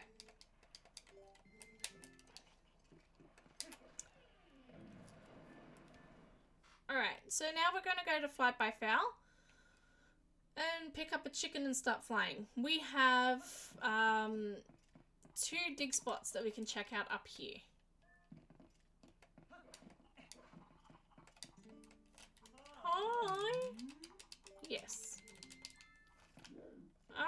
Alrighty. Oh, chicken, come here, please. Chicken. I know they're cuckoos, but chicken. Chicken! There we go. Alright. So, there is a particular dig spot very well hidden under here. People are really sucking. I was booked to work tomorrow and Thursday, but given no details. They finally got back to me today and said they don't actually need me. And I've been knocked back a week's worth because I committed to those 2 days. I lost a week's worth and they tell me the day beforehand that they... All because I've been hounding them for details. That sucks. That sounds like a really rough go of it. I would not be happy with that. Excuse me, Poe. Come on. There we go. Now that does sound like a messed up situation. Wow. Alright, let's go. Poe souls. That they don't need me. No, I think I got what you meant. Yeah. Don't worry, I did get what you meant. I just suck at reading. Alright. Iron Boots, we can totally do this one. So, we're supposed to have the Zora tunic here. We don't actually need the Zora tunic if we are good about this. We might actually die here. There we go. We are going to take a second, come up here, because we have a very small air meter in Twilight Princess when not wearing the Zora tunic. There's nothing in the grass here, huh? Alright, we are going to waste our superb soup here. It is free, so I don't feel too bad about using the superb soup. We have an easy way of getting more superb soup if we need to. Also, that menuing felt a lot easier when I was a kid. I don't know. We have a way of getting more superb soup really easy thanks to Yetta and Yetta, so... And we didn't even need it in the end. That kind of sucks, but that's fine. Better to be safe than sorry, honestly. Alright, so we're going to check. We've gonna clear out this dig spot, which is just clearing out this chest, really. And the next dig spot. And then we're gonna... Ooh, milk in a bottle. Honestly, I will always take an empty bottle. Milk or no milk, I will take an empty bottle. So we have 2 bottles now. We're going to check out the other dig spot, and then we are going to take a quick break, and we are going to move on to the Gora Mines. When we take our break, I'm going to set up a gamba. Very simple one, just heads or tails, and we'll get some points in over the break and see how we go. Alright. Chicken. Come here, chicken. Come here, chicken. Come here, chicken. Come here, chicken. Hang on. There. Okay, come here, chicken.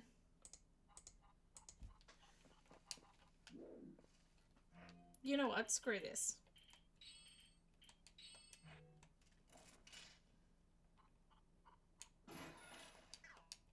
That still didn't let me... There we go. Okay, I was going to say, if that didn't let me pick up the damn chicken, I don't know what would. We actually need to go back to Flight by Fowl to do the other dig spot. But that's fine. We can just fly, my pretty fly. Alright.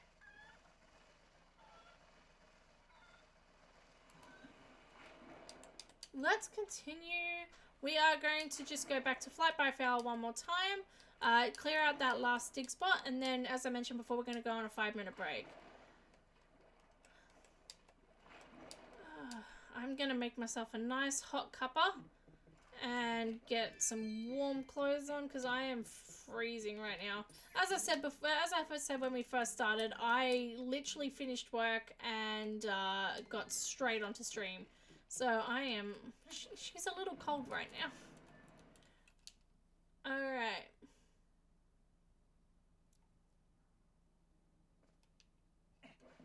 Excellent. Now we can continue on. We are still looking for, again, we're still looking for a tunic. if I never find the magic armor, I'm okay with that. But the Zora armor, very much required and would be very helpful. We're still looking for the other claw shot for the double claw shots, the Gale boomerang. Ball and chain would be required for Snow Peak, sorry. But otherwise, we're in pretty good shape. There's not too many items that I would sit there and go, we can't do anything without, in all honesty. The iron boots is probably the last item where I was like, we need these before we can do a whole bunch. Is there not a... Huh. I thought there was a dig spot here. In the break, I'm going to get my hot water bottles set up. My back always gets so cold. That's brilliant planning, actually. I might do the same. I might steal that idea, actually. That's not bad. Alright. Hopefully we can get here quick enough to defeat this Poe. Oh, are you kidding me? He just went away. Alright, that's fine. When we get back, we are going to climb the Death Mountain, go to the Goron Mines and see what's in store for us there. So don't go anywhere, you know, grab a drink, get a cooler, get a blanket, get a heater, I don't know what you're feeling. Grab a snack, keep hydrated. But be sure to come back here in 5 minutes. We're just going to quickly set up that gamble like I promised. And then we are going to go through the Goron Mines. But don't go anywhere. We're going to be right back and have fun. Oh, that's the wrong one. Right one.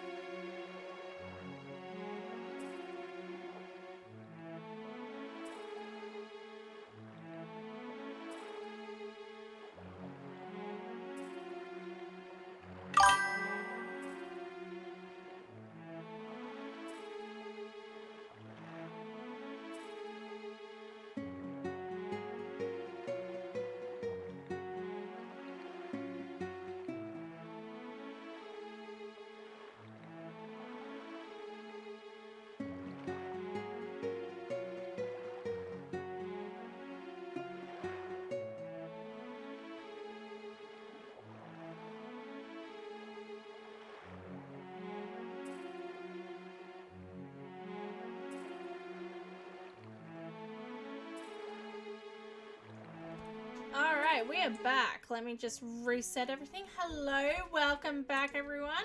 Sorry I took a little longer than I expected. My kettle would not boil properly. So I have a lukewarm cup of tea right now. Alright, we are going to get straight into choosing an outcome for the prediction. Wow, that is a lot of points. That is a redonkulous amount of points. Thank you to everyone who redeemed. Hey Siri, heads or tails? Hang on, it didn't work. Give me a sec. Heads or tails? It is tails this time. There we go. I don't know if anyone can read that. It says tails. Congratulations to whoever picked tails. Give me a second. My entire thing just bugged out while trying to do that. There we go. Let me pick out the outcome. It is tails this time around. Complete prediction. That is a lot. Wow. Congratulations to everyone who picked tails. Let's see if I can see who that is. That is Snecky and two others. Congratulations to whoever those two others were. Snecky and Soup. There was someone else who went in on that one, so congratulations to everyone. That is a lot of points. Congrats. Also, Dodonks redeemed a roller coaster fun fact. Thank you for redeeming a roller coaster fun fact. So this is a bit of an unusual one. This is more of a theme park than a specific roller coaster. But the inventor of the revolving door, so yes, the common revolving door that you see around all of the office buildings and all of that, once created a theme park attraction ride called the Witching Waves. Now this was in the 1900s, and all of these attractions closed by the 1940s. So these were very, very early rides. Not very early rides, but earlier rides. And these rides were, how could you describe it? It's like a mix of Dodgem cars and a wave pool, I guess? Not really, but close enough. So what would happen is these cars would drive along these metal sheets, and these metal sheets would wave like waves. And these cars would ride over these waving metal, like these bending metal sheets. So it was not a set wave, it was metal sheets bending in the shape of waves, which kind of really cool. And it was all very complicated mechanics underneath. So it wasn't a sort of sole electric project like Dodgems are today. In fact, it was the electric Dodgems and safety concerns that put them out of business. But these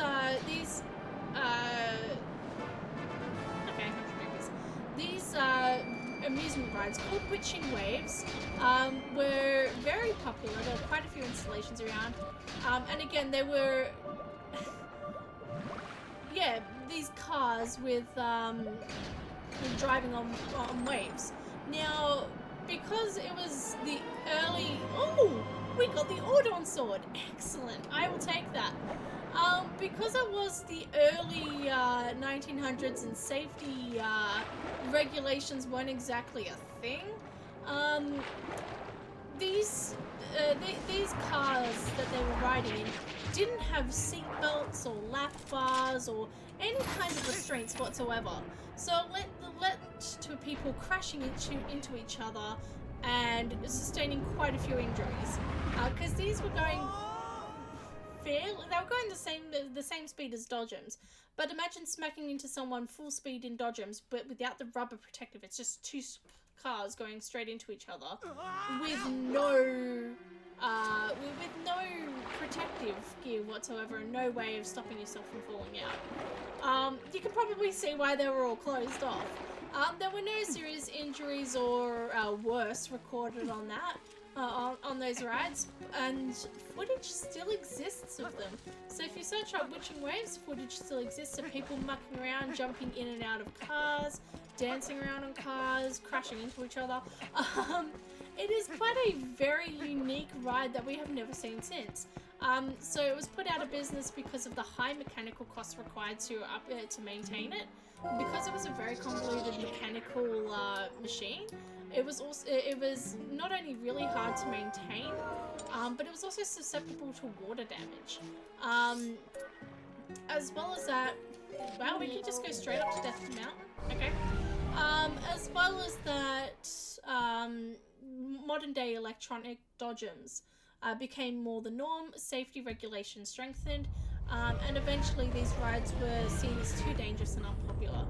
So there you go. There's your little, there's your roller coaster fun fact. Thank you so much for redeeming that. Again, not strictly a roller coaster, but still interesting all the same. Whoops. I don't know how I didn't foresee that one happening. Again, if you're interested in knowing facts like this or Zelda facts or anything like that, feel free to redeem your points for it. I know quite a few have a few points now. There we go.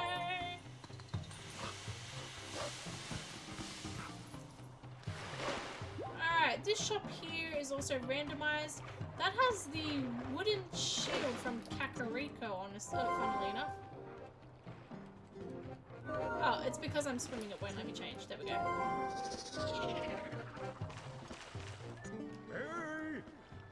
I like super redeemed Link dies. Thank you very much. Alright. Wait, does this work in TP? It absolutely does. Oh, that's a weird angle. Okay. So that's not the Ordon shield, but the wooden shield from Kakariko. Alright, and you'll also redeem a random Zelda fact. Alright, let's focus on Link dying first, and then we will get your random Zelda fact, I promise you. Alright, let's get Link dying. How are we gonna kill him today? How about boxing to death? This might take a while. So while we're getting beaten to death by the Gorons, weird vibe, but okay.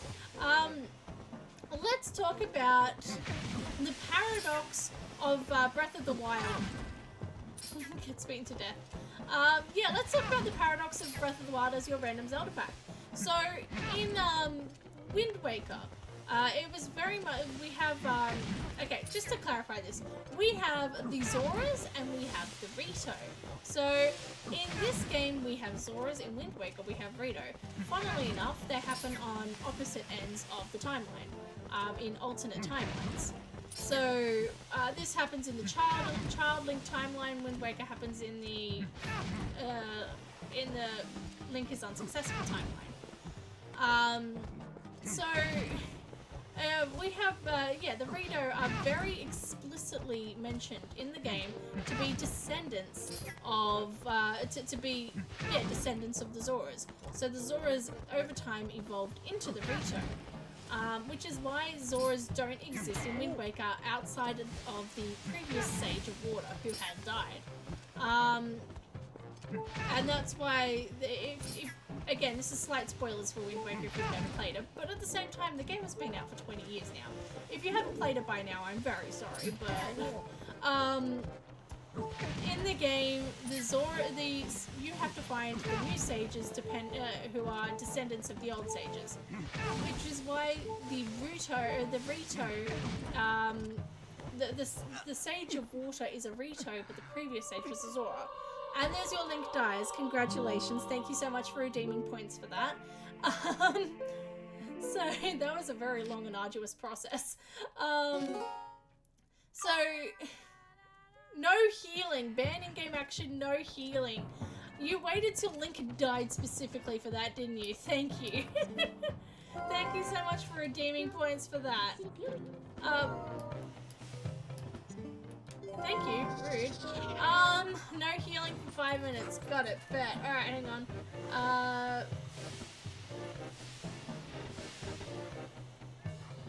5-minute timer. Excellent. So, thank you so much for that, Eep. And also, hello, Eep. Welcome in. Yeah, it's made very explicit that the Rito are descendants of the Zora and are evolved from the Zora, which is why the two races have never appeared in the same game. until Breath of the Wild, which presents a paradox in terms of Zelda. Oh.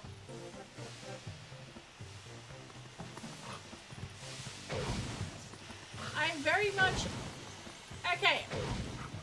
I cannot avoid healing here because it won't let me pass. There we go. I will not heal from here on in. So, yeah, it's... excuse me. Van's healing refuses to elaborate. Honestly, fair. That's a vibe. So, yes. So the Rito and the Zora appear in Breath of the Wild and Tears of the Kingdom with no explanation as to why they both appear when that's kind of a paradox. So there's your in-game fact. The fact that they both appear in Breath of the Wild in itself is a paradox and really should not happen or should not exist. There you go. Thank you for redeeming an in-game fact. I have more facts, don't you worry. If you want more, feel free to let me know.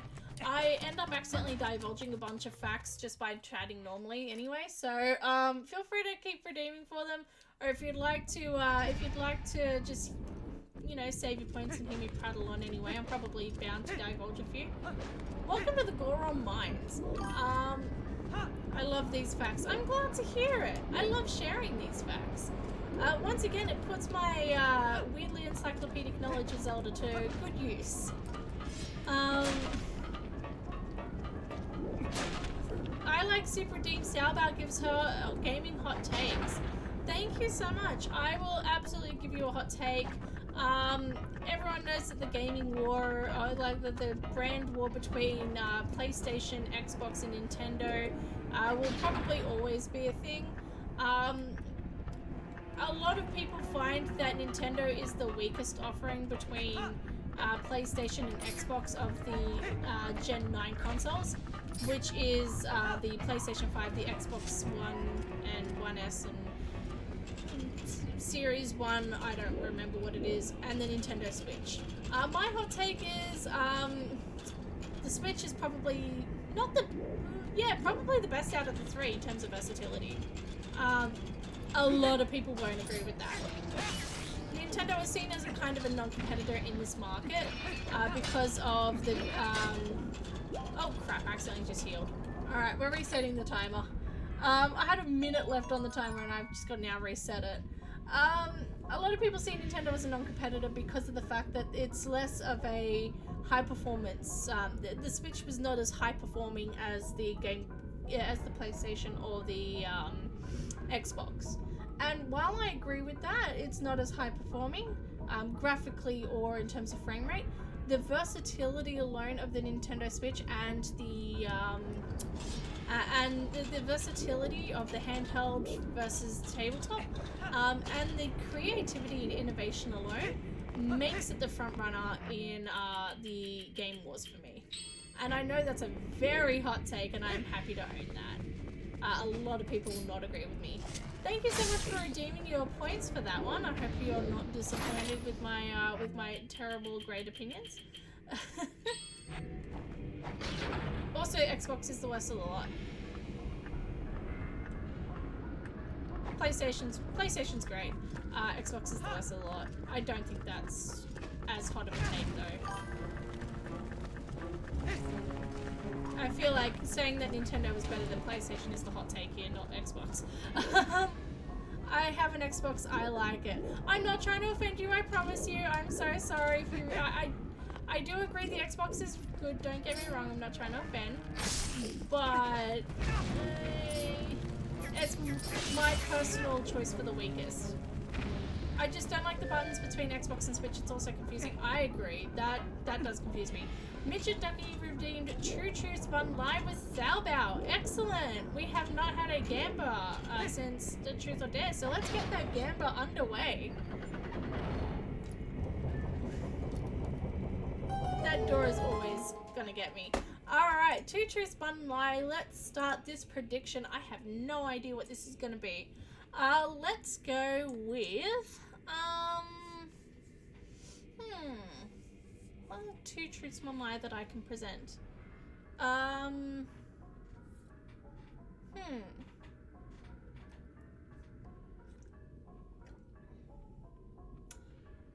two truths, one lie I can present. Okay.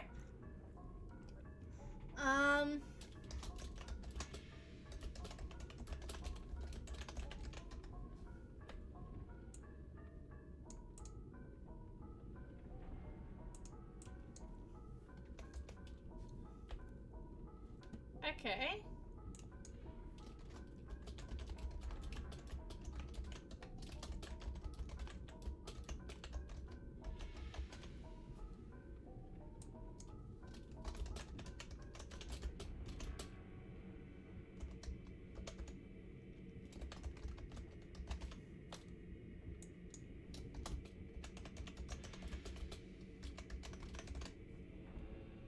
I feel like this one's going to be a little too obvious, but we may still have a little bit of confusion.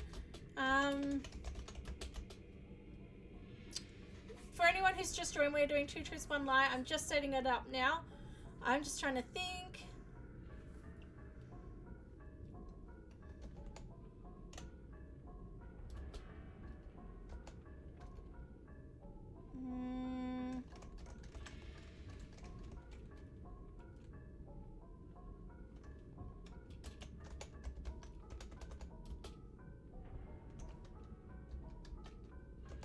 Just give me 1 second, everyone.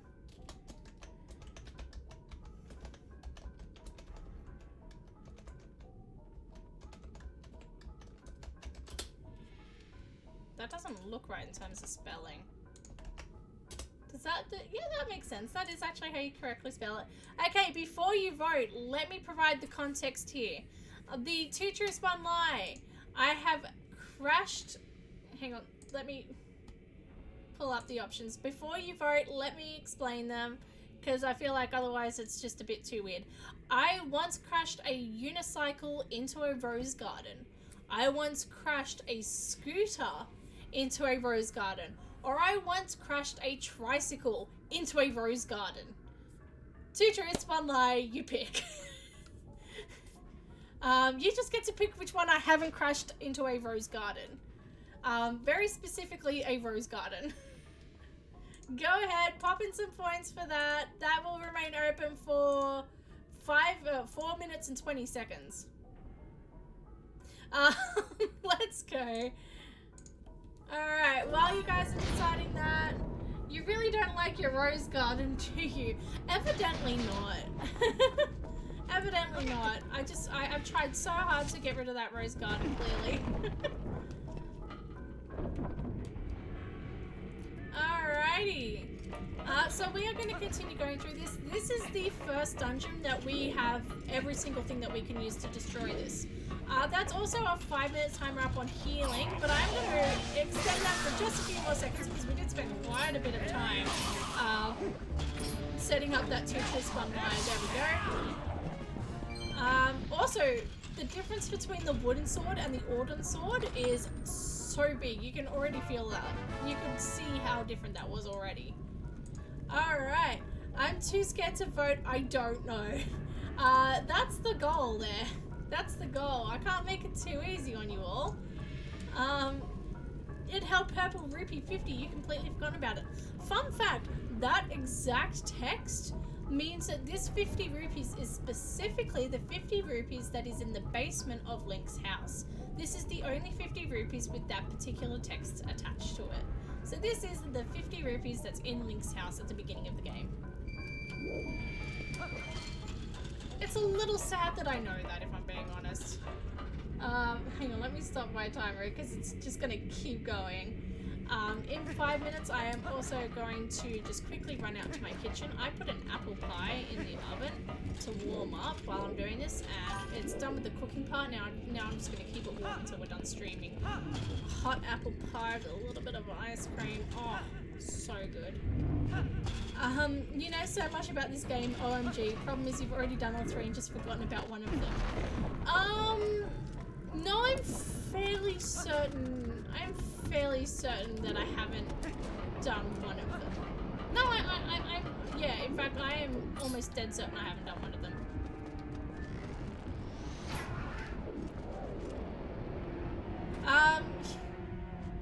I like Soup redeemed random Zelda fact. Thank you so much for redeeming a random Zelda fact. There we go. Let's talk about... Ooh, what shall we talk about today? Okay. Talking about Twilight Princess and how much I know about it. Granted, I only recently found this... I only recently really thought about this the other day. We all know that The Legend of Zelda Twilight Princess is a direct sequel of not Wind Waker, Ocarina of Time and Majora's Mask. So we've already talked about how the hero shade in the game, the mystical figure that appears to teach Link moves, is actually the hero of time from Ocarina of Time and Majora's Mask. This has been confirmed by Nintendo. For the longest time, Nintendo refused to confirm it, but it has since been 100% confirmed. So we know that this is a direct continuation. Now, because of that, again, we see the Zoras who were present in Ocarina of Time. We see the Gorons who were present in Ocarina of Time.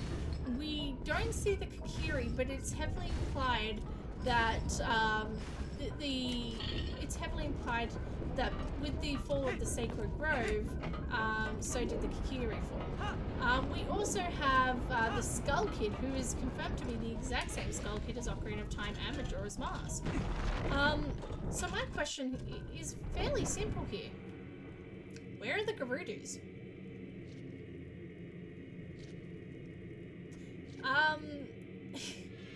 It is not confirmed, but heavily theorized by quite a lot of people that, okay, so just for confirmation, so you have a full understanding, what happens after after the events of Ocarina of Time is that Zelda and Child Link successfully managed to thwart the Demon King Ganon's implosion into Hyrule by thwarting his plans and incriminating him as one of their children, thus removing his agency, and he gets water bombs. He gets punished, he gets sentenced for his crimes before he even takes over Hyrule. They're able to confirm this plot, and he's sentenced for his crimes before he even takes over Hyrule. Which, fair enough. Sure. Whatever. There we go. Piece of heart. So it's heavily theorized by a lot of people. Keep in mind that in the Gerudo lore, one man is born to the Gerudo every 100 years. So a lot of people, and this is confirmed by multiple games in the series, this particular thing. So it's heavily confirmed that any male born to the Gerudo is automatically the king. This is seen in games such as Ocarina of Time, Wind Waker, Tears of the Kingdom, etc., etc. Any male born to the Gerudo is immediately made king. So there's a lot of Gerudo who would have pledged loyalty to Ganondorf as the king of the Gerudo. So it's heavily theorized by a lot of people that after Ganon was tried for his crimes, a lot of the Gerudo voiced support for Ganondorf and started a war, and were either exiled or just wiped out, unfortunately. It's made even more obvious. Oh, Great Fairy's Tears. Excellent, I'll take that. It's made even more questionable, this is called it more into question by the fact Gerudo, same diff. There's Gerudo, and Gerudo, which are all the same pronunciations. It all just depends on where you're from and what you prefer to pronounce. I think technically it is supposed to be Gerudo. I always just say Gerudo, if I'm being honest. Also, quick Iron Boots is like my favorite thing in this game. So yes, this is made more obvious by the fact that in Ocarina of Time, the desert is called the Gerudo Desert or Gerudo Desert. However, in Twilight Princess, it's just called the Great Desert. It's actually, the Gerudo's name is actually completely removed from it. Thus signifying the fact that they are being removed from history for one reason or another. So it does beg the question, why were they removed from Hylian history? So yeah, it's more of a fan theory more than an actual fact, but it is based on the fact that despite the fact that this is a direct sequel of Ocarina of Time, the Gerudo, who was such a key figure in the original game, are nowhere to be found in here, with seemingly no in-game explanation why. So there you go. I thank you for redeeming your random Zelda fact. I hope that was to your liking. There we go.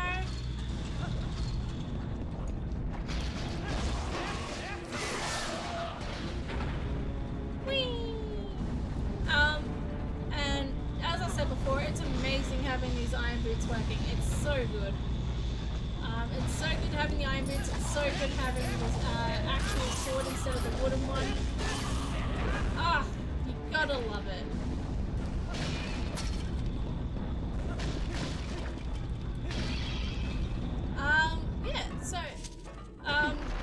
Yeah, going back to what you were saying, Eve, there are a lot of questions about pronunciations in the Zelda universe. In fact, it's not even the only game where pronunciations are called into question. But in the Zelda game, in the Zelda series, it's particularly noticeable because of the fact that up until excluding some memes, excluding some interactive memes, there were no voice acting in any Zelda games to confirm pronunciations. So, you know, there were, for the longest time, a lot of these pronunciations were sort of questioned, and a lot of pronunciations for that reason are accepted, especially depending on your region. So, yeah. Alright.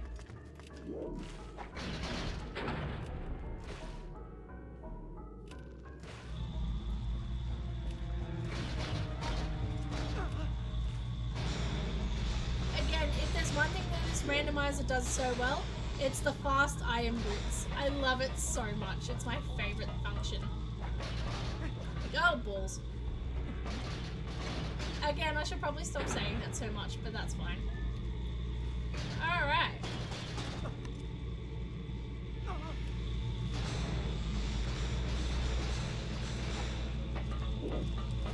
Just piece of heart. I will always take a piece of heart.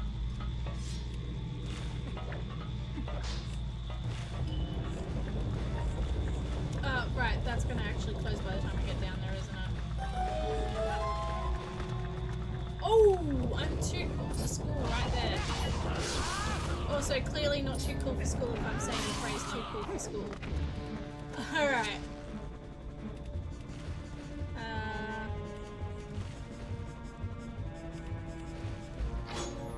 Excuse me. Excuse me. Thank you.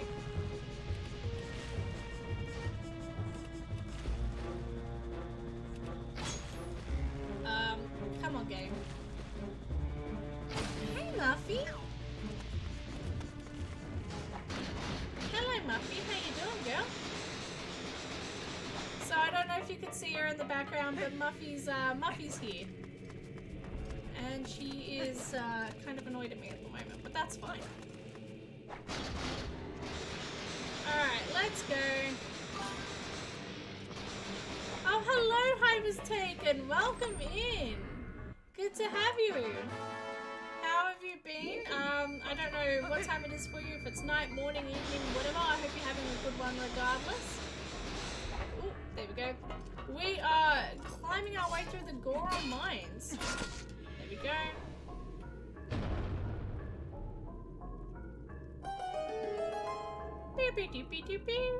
Almost 6 a.m. Why are you still awake? It's almost 6 a.m.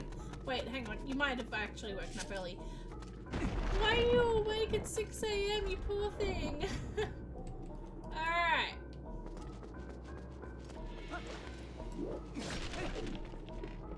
So,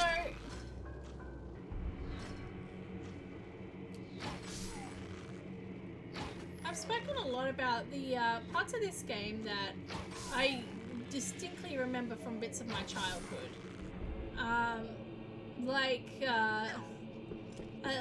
Yeah, like the jingle as the door, as the cat goes through the door and stuff like that. I still think any time before 9 AM should be illegal. Absolutely. I have been up since 4:30, and then I got back to sleep a little bit, and then I was up at 5, and then I was up at 6. That feels illegal to me, honestly. That felt illegal. Yeah, I've spoken a lot about the memories of this game that are ingrained into my memories of my childhood. And this room here in Twilight Princess is no exception. Just with all the bulb and arches around, and you know, you're having to shoot them, and we're gonna see some more bulb and arches here. Just all of this here. It is so reminiscent of my childhood. I remember this so vividly. Particularly my mum going, "They're gonna get you. They're gonna get you. Can you please get rid of them? They're gonna hit me." It's just something that's so deeply ingrained into my memory as a child. Oh, I missed the chest down there. Excellent. It's amazing how many memories are just inbuilt into you from different games. Super Mario 64. I remember my sister teaching dance classes in our upstairs area. My sister was a dance teacher for many years. My dance teacher and my other sister's dance teacher. And she, in the lead up to exams, she would take extra classes in our upstairs area to help all the kids get ready for ballet exams. And I remember playing Super Mario 64 downstairs on the TV while my sister was teaching ballet classes upstairs. And at first I was like, it feels weird, all these girls from ballet in my house upstairs. And then I went, it's 8 PM and I'm playing Super Mario 64 instead of going to bed. This is awesome. I had no complaints whatsoever. So yeah, there's so many different things ingrained into me, just going through, in particular, it was Snowman's Land in Super Mario 64 as ballet classes are happening. We got a heart container, excellent. And, you know, waking up at 7 AM to play Majora's Mask while everyone else was asleep in my house on a Sunday morning. Except for my poor mum who was at work, but, you know, whatever. No, I'm kidding. That's awesome. Yeah, there's so many memories like that that are just so deeply ingrained into our memories. A single sound can take you back, and I think that's really awesome. Maybe that's just something unique to me. I don't think it is. I think this is a very, very inbuilt experience for all gamers, especially people who started gaming when they were young. Just the inbuilt sounds can take you straight back. That sound or that sight or that particular level or particular room or whatever, it automatically takes you back to a different time of your life. And I think that's really cool. Your sister should have taught the students dances to the Mario music. Absolutely. Can you just imagine people doing like, you know, what are the jumps things called? Oh my god, like foites or whatever they're called. Yeah, doing the foites to like the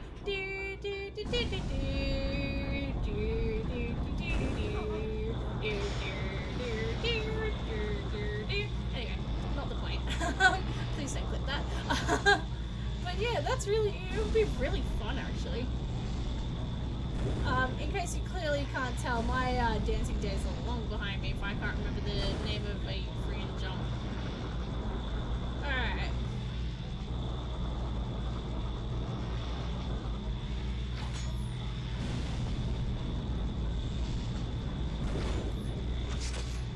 There we go.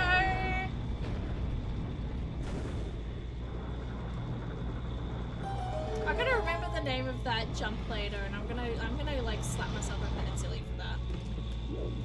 That's not what I wanted to do. Alright.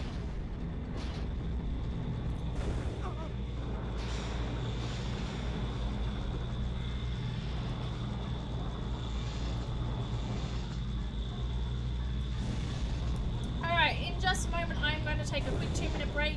Not even 2 minutes, like 30 seconds, just so I can put my apple pie on the keep warm setting of my oven instead of the, you know, extra hot setting of my oven. So just bear with me for 2 seconds. Again, we won't be long at all. Like a grangere. Yeah, but not a grand one. No. Okay, hang on. For the love of God, do not click this, please. I don't even know if you can see me. I'm gonna keep my socks on because, you know, I'm not giving you guys free material. But like oh Jesus, all my shelves just wobbled. My floors are not stable, but just like the boom, jump. And like, first, second, third, fourth, and fifth. I'm completely, no, not fuertes, fretted turns. No, like, little jumpies. Suits.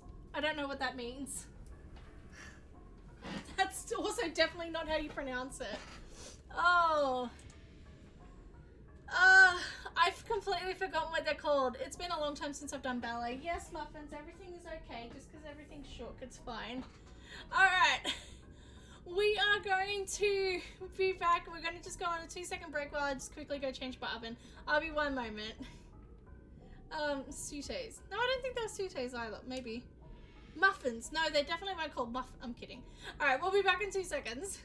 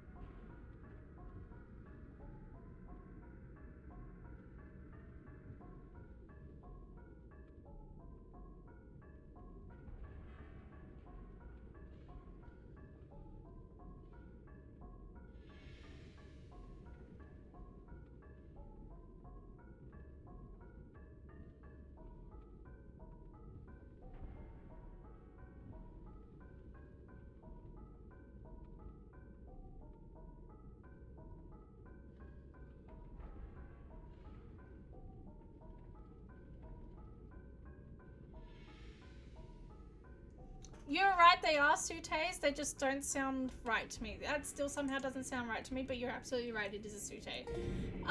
Not the point here. The point is, just imagine trying to do that to the Cool Cool Mountain music. That would be banging, not gonna lie. Also, we missed the chest back there, so let me just quickly run back for a second. Also, welcome back, everyone. As I said, that was only a 30-second break. But I just needed to quickly go change some stuff in my oven. Petition to get Salbao running a ballet string with her made-up words. Low-key, that kind of sounds like it slaps. Oh, that was a fairy. Excellent. I would totally run a ballet class with made-up words. Half of what I do is made up anyway, so yeah. Why not? Heck yeah. Ah, crap. Pronounced sautés is in oh, saute. Yeah, that still doesn't sound right to me, I'm not gonna lie. It's been like 20 years since I did ballet. Maybe like 10 years, but still. It's been a while. I was definitely not the best at ballet, in case you couldn't tell. Now, my sisters, they were very good at ballet, not me. Oh crap. Oh well, I guess we're just not gonna get that chest and let's hope it's not anything important.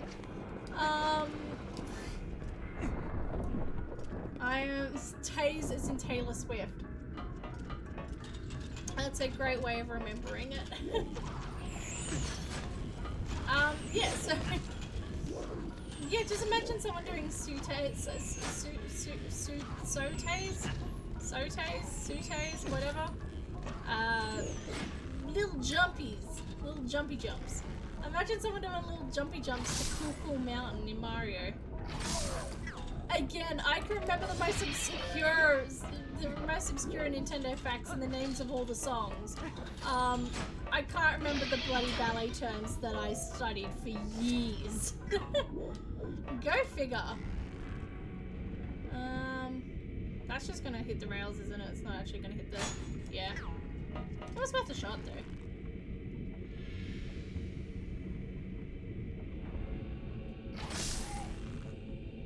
Again, I don't actually need to kill them by shooting them, I just find it fun.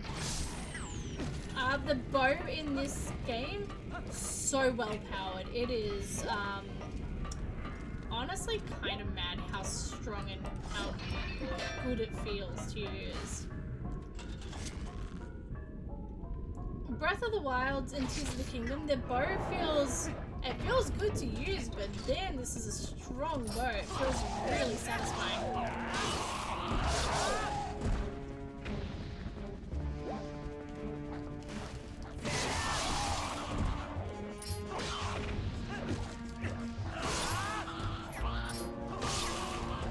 There we go. Oh, there's one left. He watched all of his friends die. Oh no! Anyway. Are you working tomorrow? It's 10 PM AEST. It is indeed. I am working from home. It is my last work from home day in my current job. Which is a little sad that it's the last one, but that's only because I have to go into the office 2 days. That's less sad. Yes, I am working tomorrow, but I'm working from home, so we can go a little while longer before we finish up today, I promise. We won't be going for too much longer. We've already been streaming for 2.5 hours, which is incredible. But we won't be streaming forever. I will indeed be streaming just for a little while longer. There we go. I have not got the correct items up for this. So this boss fight really stressed me out when I first started playing this game. I did not like this boss battle at all. It's easy enough, but it was just the giant guy coming after me. I did not like that. No way that time has flown. It really has. It does not feel like it's been 2.5 hours. Let's be real here.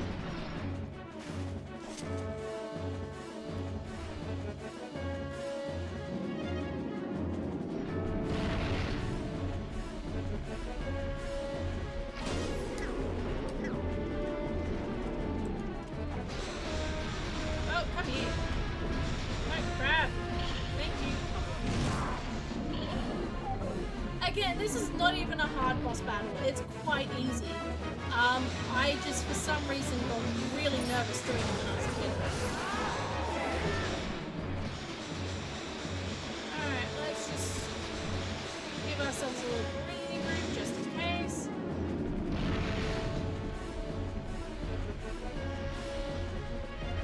Wait, I'm this way. Oh my god, he's really coming at us fast. I kind of forget how fast he comes at you. Come on, I pressed R to pick up. There we go. This will be our last goal, but he always dies in 3 cycles. I don't believe there's a way to quick cycle him. So a lot of these early boss battles are scripted to be done in 3 cycles. Some of the later boss battles, including most notably the boss in Arbiter's Grounds, can be completed a cycle early, or even in 1 cycle as opposed to the normal 3. But I believe this one in particular is scripted to be 3. I could be very wrong though.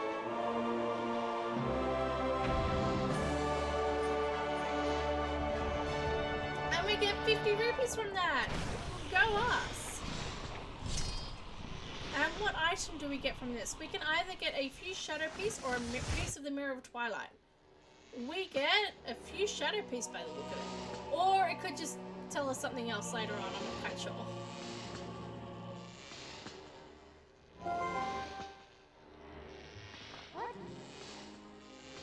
Okay, we got the first a shard of the Mirror of Twilight. It was covered in sand. Ugh.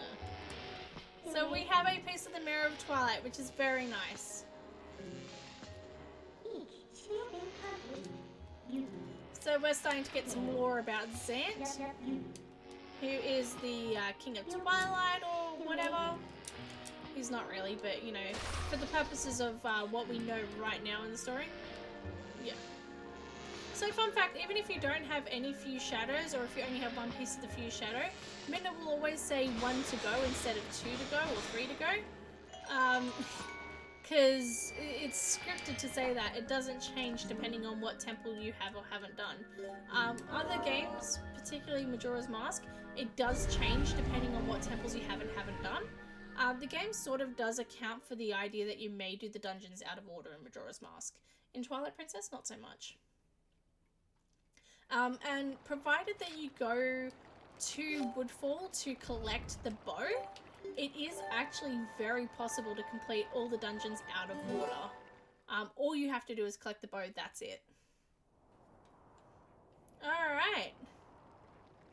So this brings us to our ending cutscene of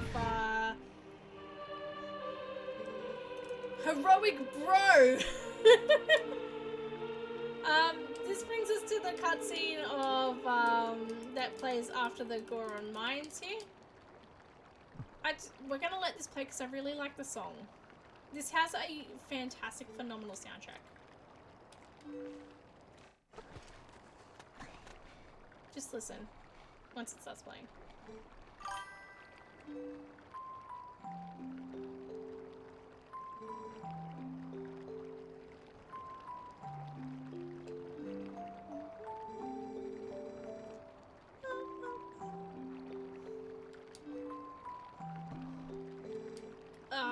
Yeah, the soundtracks in these games are phenomenal. I don't think... Oh, I can't skip it. The soundtrack, Heroic Bro, that's exactly it. It's a badass name in all honesty. Yeah, the soundtrack in Twilight Princess is honestly so underrated. It is such a good soundtrack. And you hear people talking about A Link to the Past soundtrack, you hear people talking about Ocarina of Time soundtrack. We're now seeing more love for Breath of the Wild soundtrack as time has passed, despite the initial criticisms that Breath of the Wild was too quiet. Even Tears of the Kingdom, we're hearing more. We're hearing more love on. Twilight Princess, Wind Waker gets so much love. Twilight Princess is so underrated in terms of soundtrack, and it shouldn't be. Alright, so...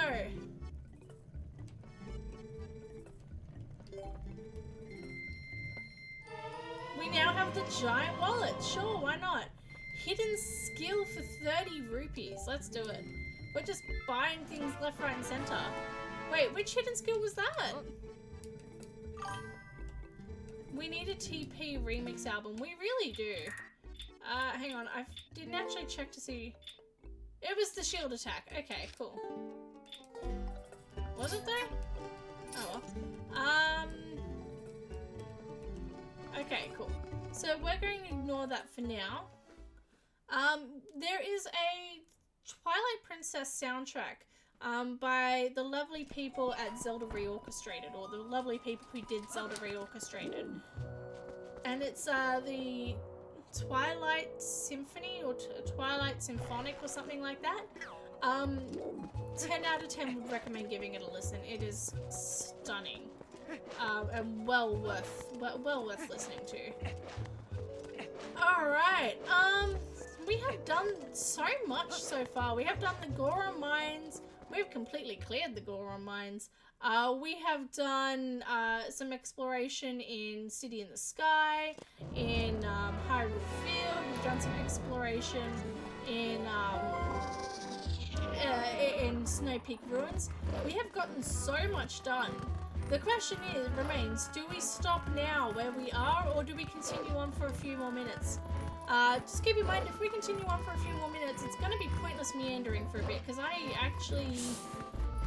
don't know what we're going to do. We're just going to go visit dig spots, I guess. There's quite a few dig spots in around TP. Alright, continue. I'm hearing continue. There's quite a few dig spots in TP, and if I'm being honest, I don't remember where most of them are. Excuse me, game. Thank you. Let's just turn back into a human. It's probably going to be easier.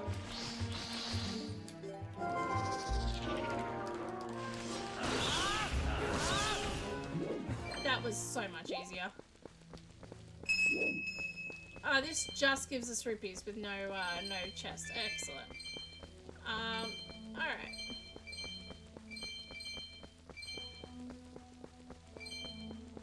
I suck at picking up these rupees, don't I? Alright, we're going to continue on for 5 more minutes then. If you have any points that you'd like to redeem for Zelda facts, for roller coaster facts, for Link dying, for 2 Truths 1 Lie, for hot takes, for bad time, whatever it is, you've got about 5 minutes to throw in those points. In fact, we are going to do one more heads or tails gamba. Oh, I actually never did wow, I'm so bad. We never actually chose the outcome for 2 Truths 1 Lie. That sucks of me.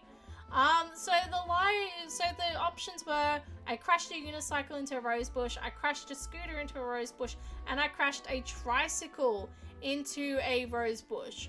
The lie is I am fairly certain in my lifetime I have never crashed a scooter into a rose bush. I have definitely crashed a unicycle into a rose bush. I have definitely crashed, what's the other option? A tricycle into a rose bush. I don't believe I have ever crashed a scooter into a rose bush. I have definitely crashed a scooter.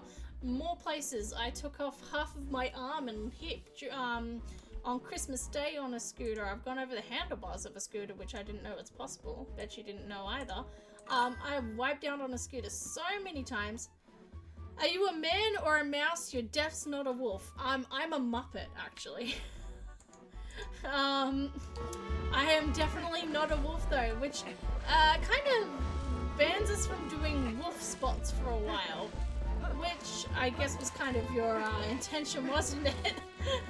Thank you, Ducky, for that very evil plan of yours. It worked successfully, let me tell you that. Alright. Crud, what are we gonna do? Let us... It also stops us effectively from warping. So let's go North Hyrule Field for now. Fish. You wanna go fishing? We can go fishing. It's gonna take me about half the time to get to the fishing hole. You do know that, right? Oh well, we can go fishing. I will go this way, however, it's going to be much quicker. Alright.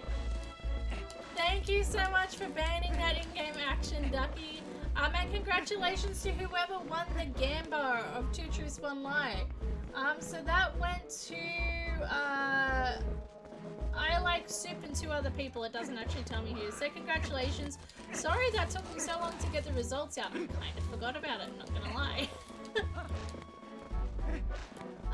Yes, I've definitely crashed a unicycle into a rose bush. That was more recently than the others. And I have definitely crashed a tricycle into a rose bush. I've also crashed a bicycle, a ripstick, and a skateboard. Not a scooter, a skateboard into a rose bush. I've also crashed a skateboard into a cactus. I have also intentionally wiped out on a ripstick because I didn't know how to get off it. I've done quite a bit. I wiped out on a downhill road on a bike going quite fast and ended up taking half the skin off my leg off a speed bump. I've done quite a bit to myself. But the worst thing I've done is listen to the postman. No, I'm kidding.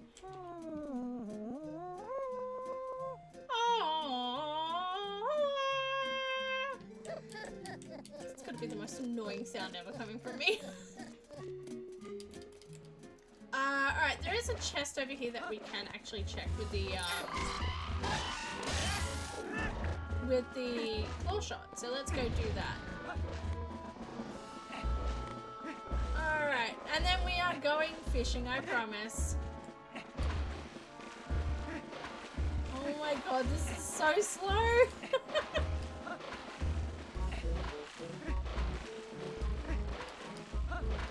Alright, so in the fishing hole, there is a... Oh, there's a sign here. I didn't know that. Let's check out what the sign says. They say that Castletown is on the way of the hero. Have we found anything in Castletown that justifies that yet? I don't think we have. Well, that obviously didn't work. The Parker is just gone. Okay. Sure. There we go. I don't think we found anything in Castletown that justifies way of the hero yet, have we? The lag is so bad that that chime is like 20 times slower than normal. That's so bad. I'm gonna have to find a way to reduce the lag before we do another randomizer like this. Because this is honestly a little pathetic.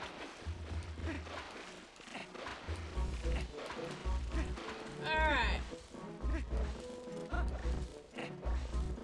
Let's go.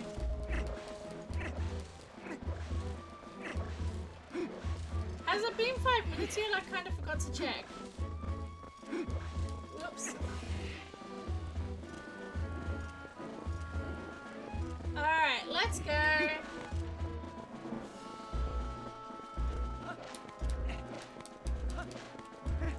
Alrighty.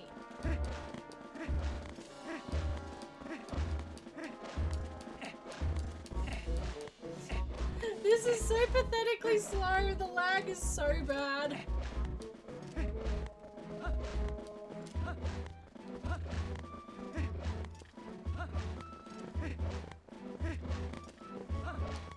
Wow. Also, I'm just watching Link smack his wrist with the claw shot into the ground. You can actually see his wrist bend when it slaps into the ground. That's gonna be really uncomfortable with the claw shot in the hand. That's gonna feel really rotten. Alright. We are almost there. We don't have a horse core, which is why I'm still... Are you kidding? Thank you, Eat for redeeming no rolling for 5 minutes. This is gonna be even slower. You all just love to torture me. Oh, that's a blue tune. Okay, hopefully it doesn't get ruined. So blue chews are the second best chews in the game. So the tier goes, purple is very clearly the worst. With a...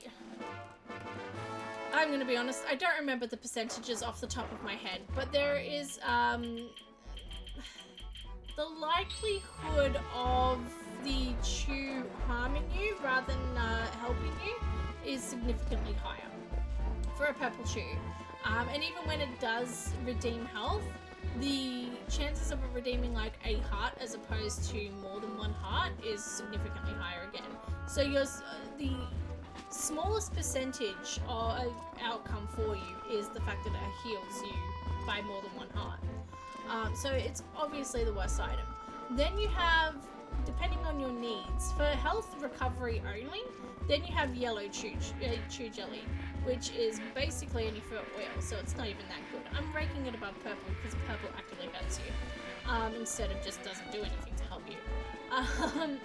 Then you have red chew jelly, which much like red potion heals 8 hearts. Fairly standard, not bad at all. Then you have blue chew jelly, which heals all of your health. Goated, love that.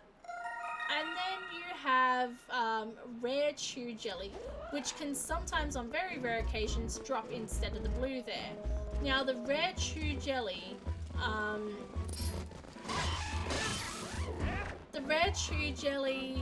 does a lot for you, but the most important thing that it does is it heals all of your hearts and gives you double defense as long as you don't get hit for a certain period of time, which makes it really, really overpowered.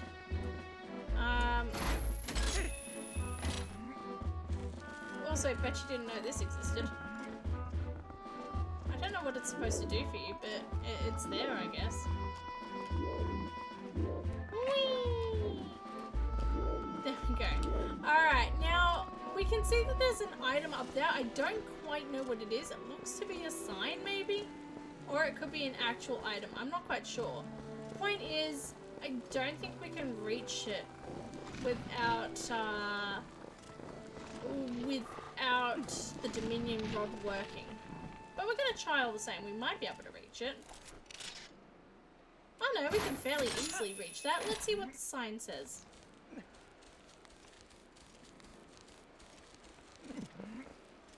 What do you have to say for yourself? The reward for Death Mountain Alcove chest is a red rupee. Excellent. I don't have to feel bad about skipping that. We will come back to that chest on the shelf there very soon. Once we have a working Dominion rod, we will. So we currently do have the Dominion rod, but it's in its broken format. What do I mean by broken format? It means that the Dominion rod needs to be fixed by doing the Hidden Village side quest. Now that we have rescued Darbus, that might be open to us. If I'm being honest, I'm not sure and I forgot to check. So we will go do that soon, I guess. It may still require us to do Temple of Time first. Again, I'm genuinely not sure of how it works during a randomizer. Alright, I believe that is an end on our banning of Wolflink. Thank God. No, that was really good. Thank you so much for doing that, Ducky. I appreciate that. Thank you for the challenge. We certainly made the best of it. Alright. We are going to be finishing up very soon, but we did promise Placehold we'll go pick up a few fish for her at the fishing hole. So let's quickly go do that. This is not the way to do it. On-screen celebration for fish. Thank you so much, Placehold. I appreciate it. Let's warp. And let's warp up to Zora's Domain.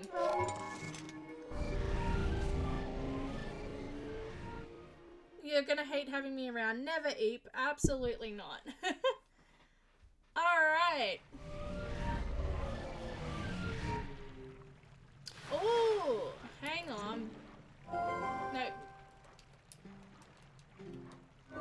Yeah. Got it. There's some chests here that we can finally check out. We can't use the water bombs to blow up rocks underwater. So we can't do everything here yet. We're going to have to go to Barnes and buy back some bombs.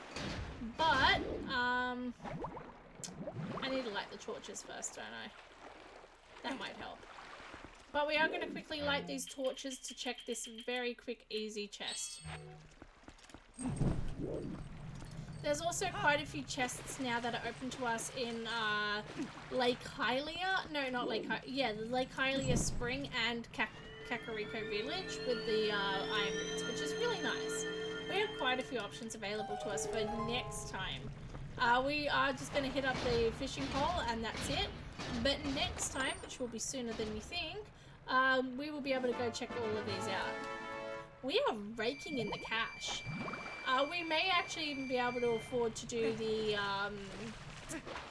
Mallow Mart side quest. If Castletown really is Wave the Hero, then doing the Mallow Mart side quest may be our best option.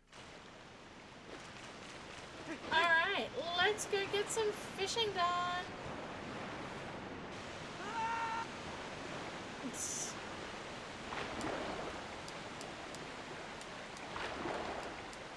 Alright. So we spoke, when I was talking about the fishing hole the other day, I did talk about the fact that there are multiple seasons, and your most ideal season is summer, so you can catch the fully grown loach. But we haven't talked about how fishing works in Twilight Princess.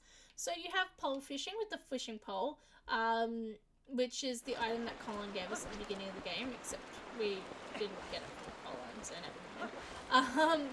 So we have the pole fishing, which is fishing rod right here. Oh, yeah, we have the fishing rod, and then we have the pole fishing in the canoe with either Hannah or by ourselves. And with that fishing, it uses different rods, like different lures. So you have the popper lure, the froggy lure, the regular lure, the spinning lure. There is also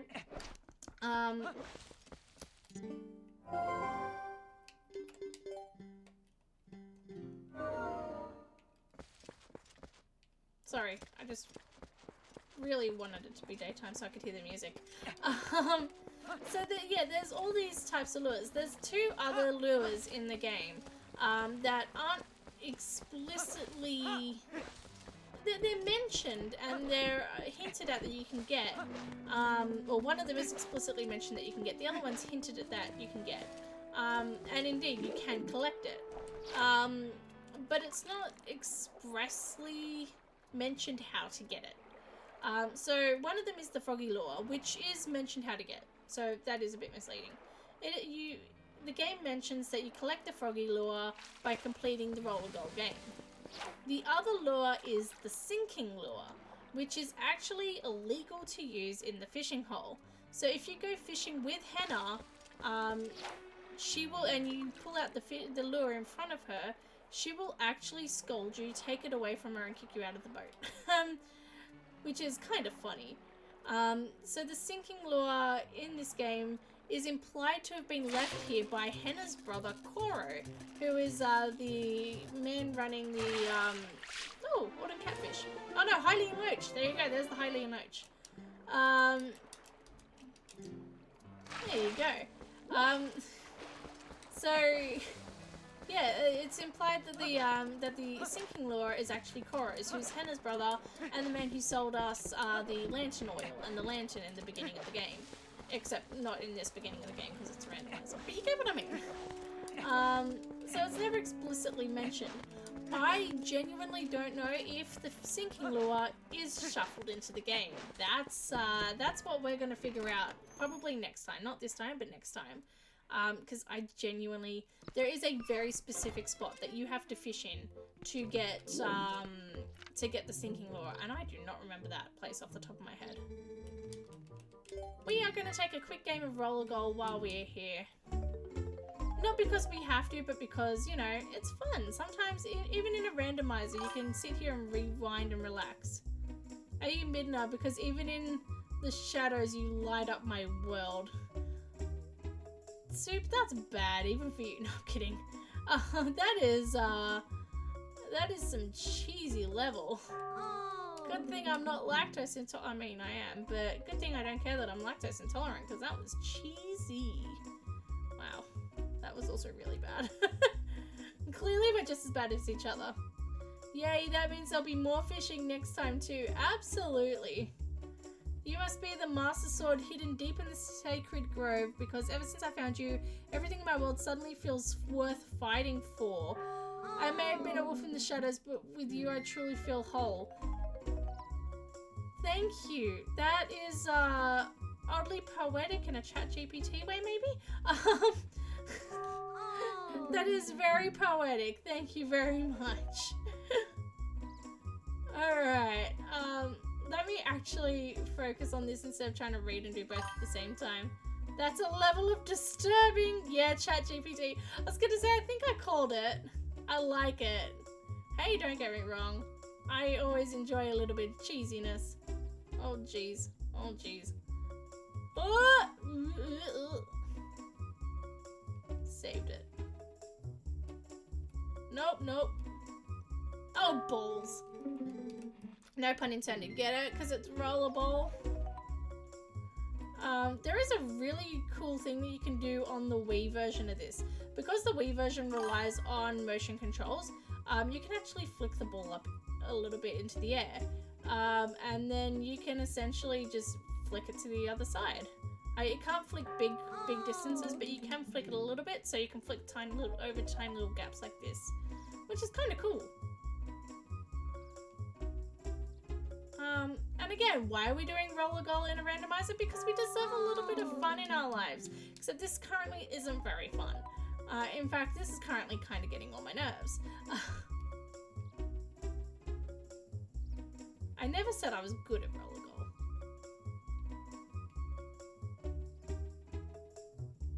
Also, Soup, I do see that you sent me a comment. Just give me 2 seconds because I'm determined to beat this time. Without...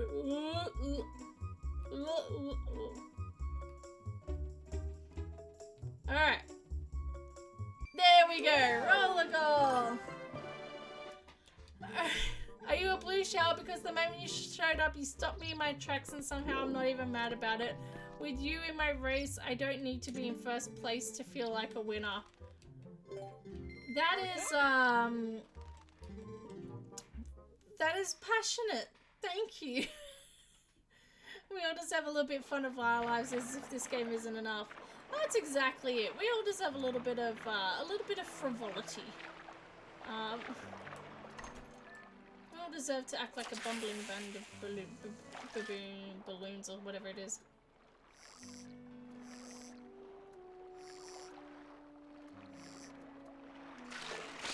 There we go. Let's go.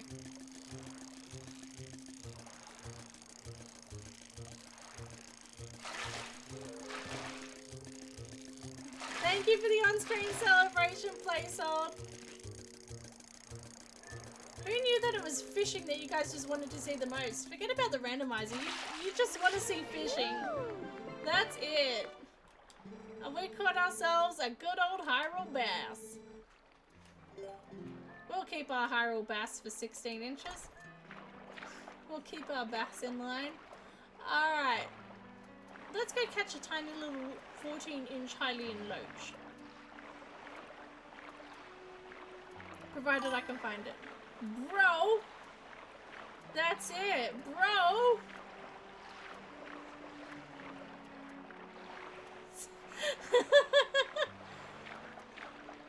Oh my god, stop it, you two.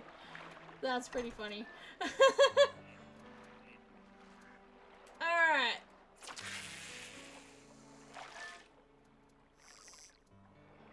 I think I'm in the complete wrong area for the loach, aren't I? As well as that, I'm fairly certain the loach cannot be caught with this lure, but we're gonna try anyway. There it is, there's the loach.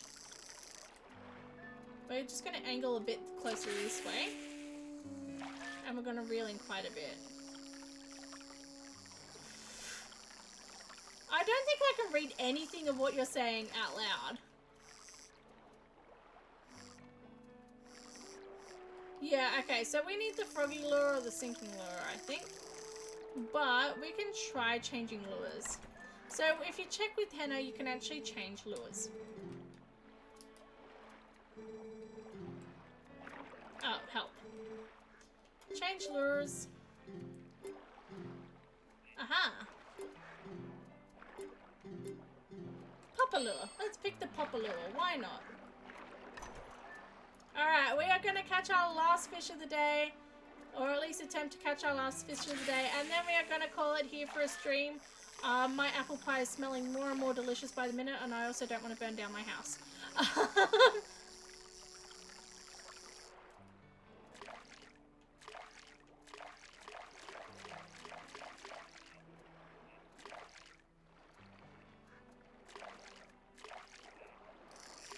Oh, we caught his attention, but I think we may have accidentally gone a bit too far. Go get that apple pie queen. Alright, let us try one last time to get this loachy boy. Or loachy girl, or loachy them. Let's just get this loach. Okay, loach. No? I don't think the loach is particularly interested in anything that we're doing. Alright. One last try. Let's go there. It's a bit further over from where we were before.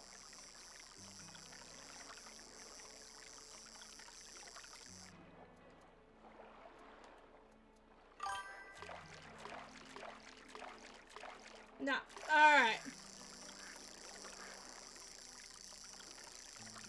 Let's go. Alright. That'll do it for today. I think we are done fishing. We will have to come back with the froggy lure or the sinking lure or one of those to go fishing. But I hope you enjoyed our little fishing trip at the end of our randomizer. We will be continuing our randomizer. Thank you for the You Tried celebration. Alright, we are going to call it quits from there. In sense of the fishing and in sense of the randomizer. Thank you so much for joining us today. Woo, that was fun. Look, there's our fish in the fish tank. Yay, us. Thank you so much. We have had such a wonderful stream tonight. We have had such a grand old time. We got so much done as well. So tonight I am already I already know where we're going to be raiding. We are going to be raiding, let me actually just make sure they're still on tonight. Oh my god, are they done for tonight? Oh wait, no, hang on. Wait a second. Yes, they're still going. Alright, we are going to be raiding Australian speedruns, Oz speedruns. They are running ASM 2025 so far. This is the Australian Speedrun Marathon, benefiting Cure Cancer with their Game on Cancer initiative. So go give them some love, share the love, give them a follow, have a look at what they're doing.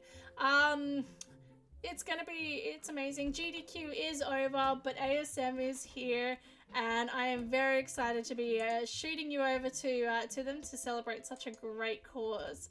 And because it's Australian, you just know that everyone's in the same time zone. No, I'm kidding. All right. We are going to leave it there. We are going to be having a stream tomorrow, believe it or not. What an exciting time. We'll be having a stream tomorrow, so don't forget to tune back in tomorrow around 6 p.m. Australian time. Until then, I will see you later. Have a lovely night. Have a lovely night. Have a lovely morning. Have a lovely evening, afternoon, whatever. Stay golden, stay warm, stay cool, and I will see you all next time. Thank you, everyone. Good night.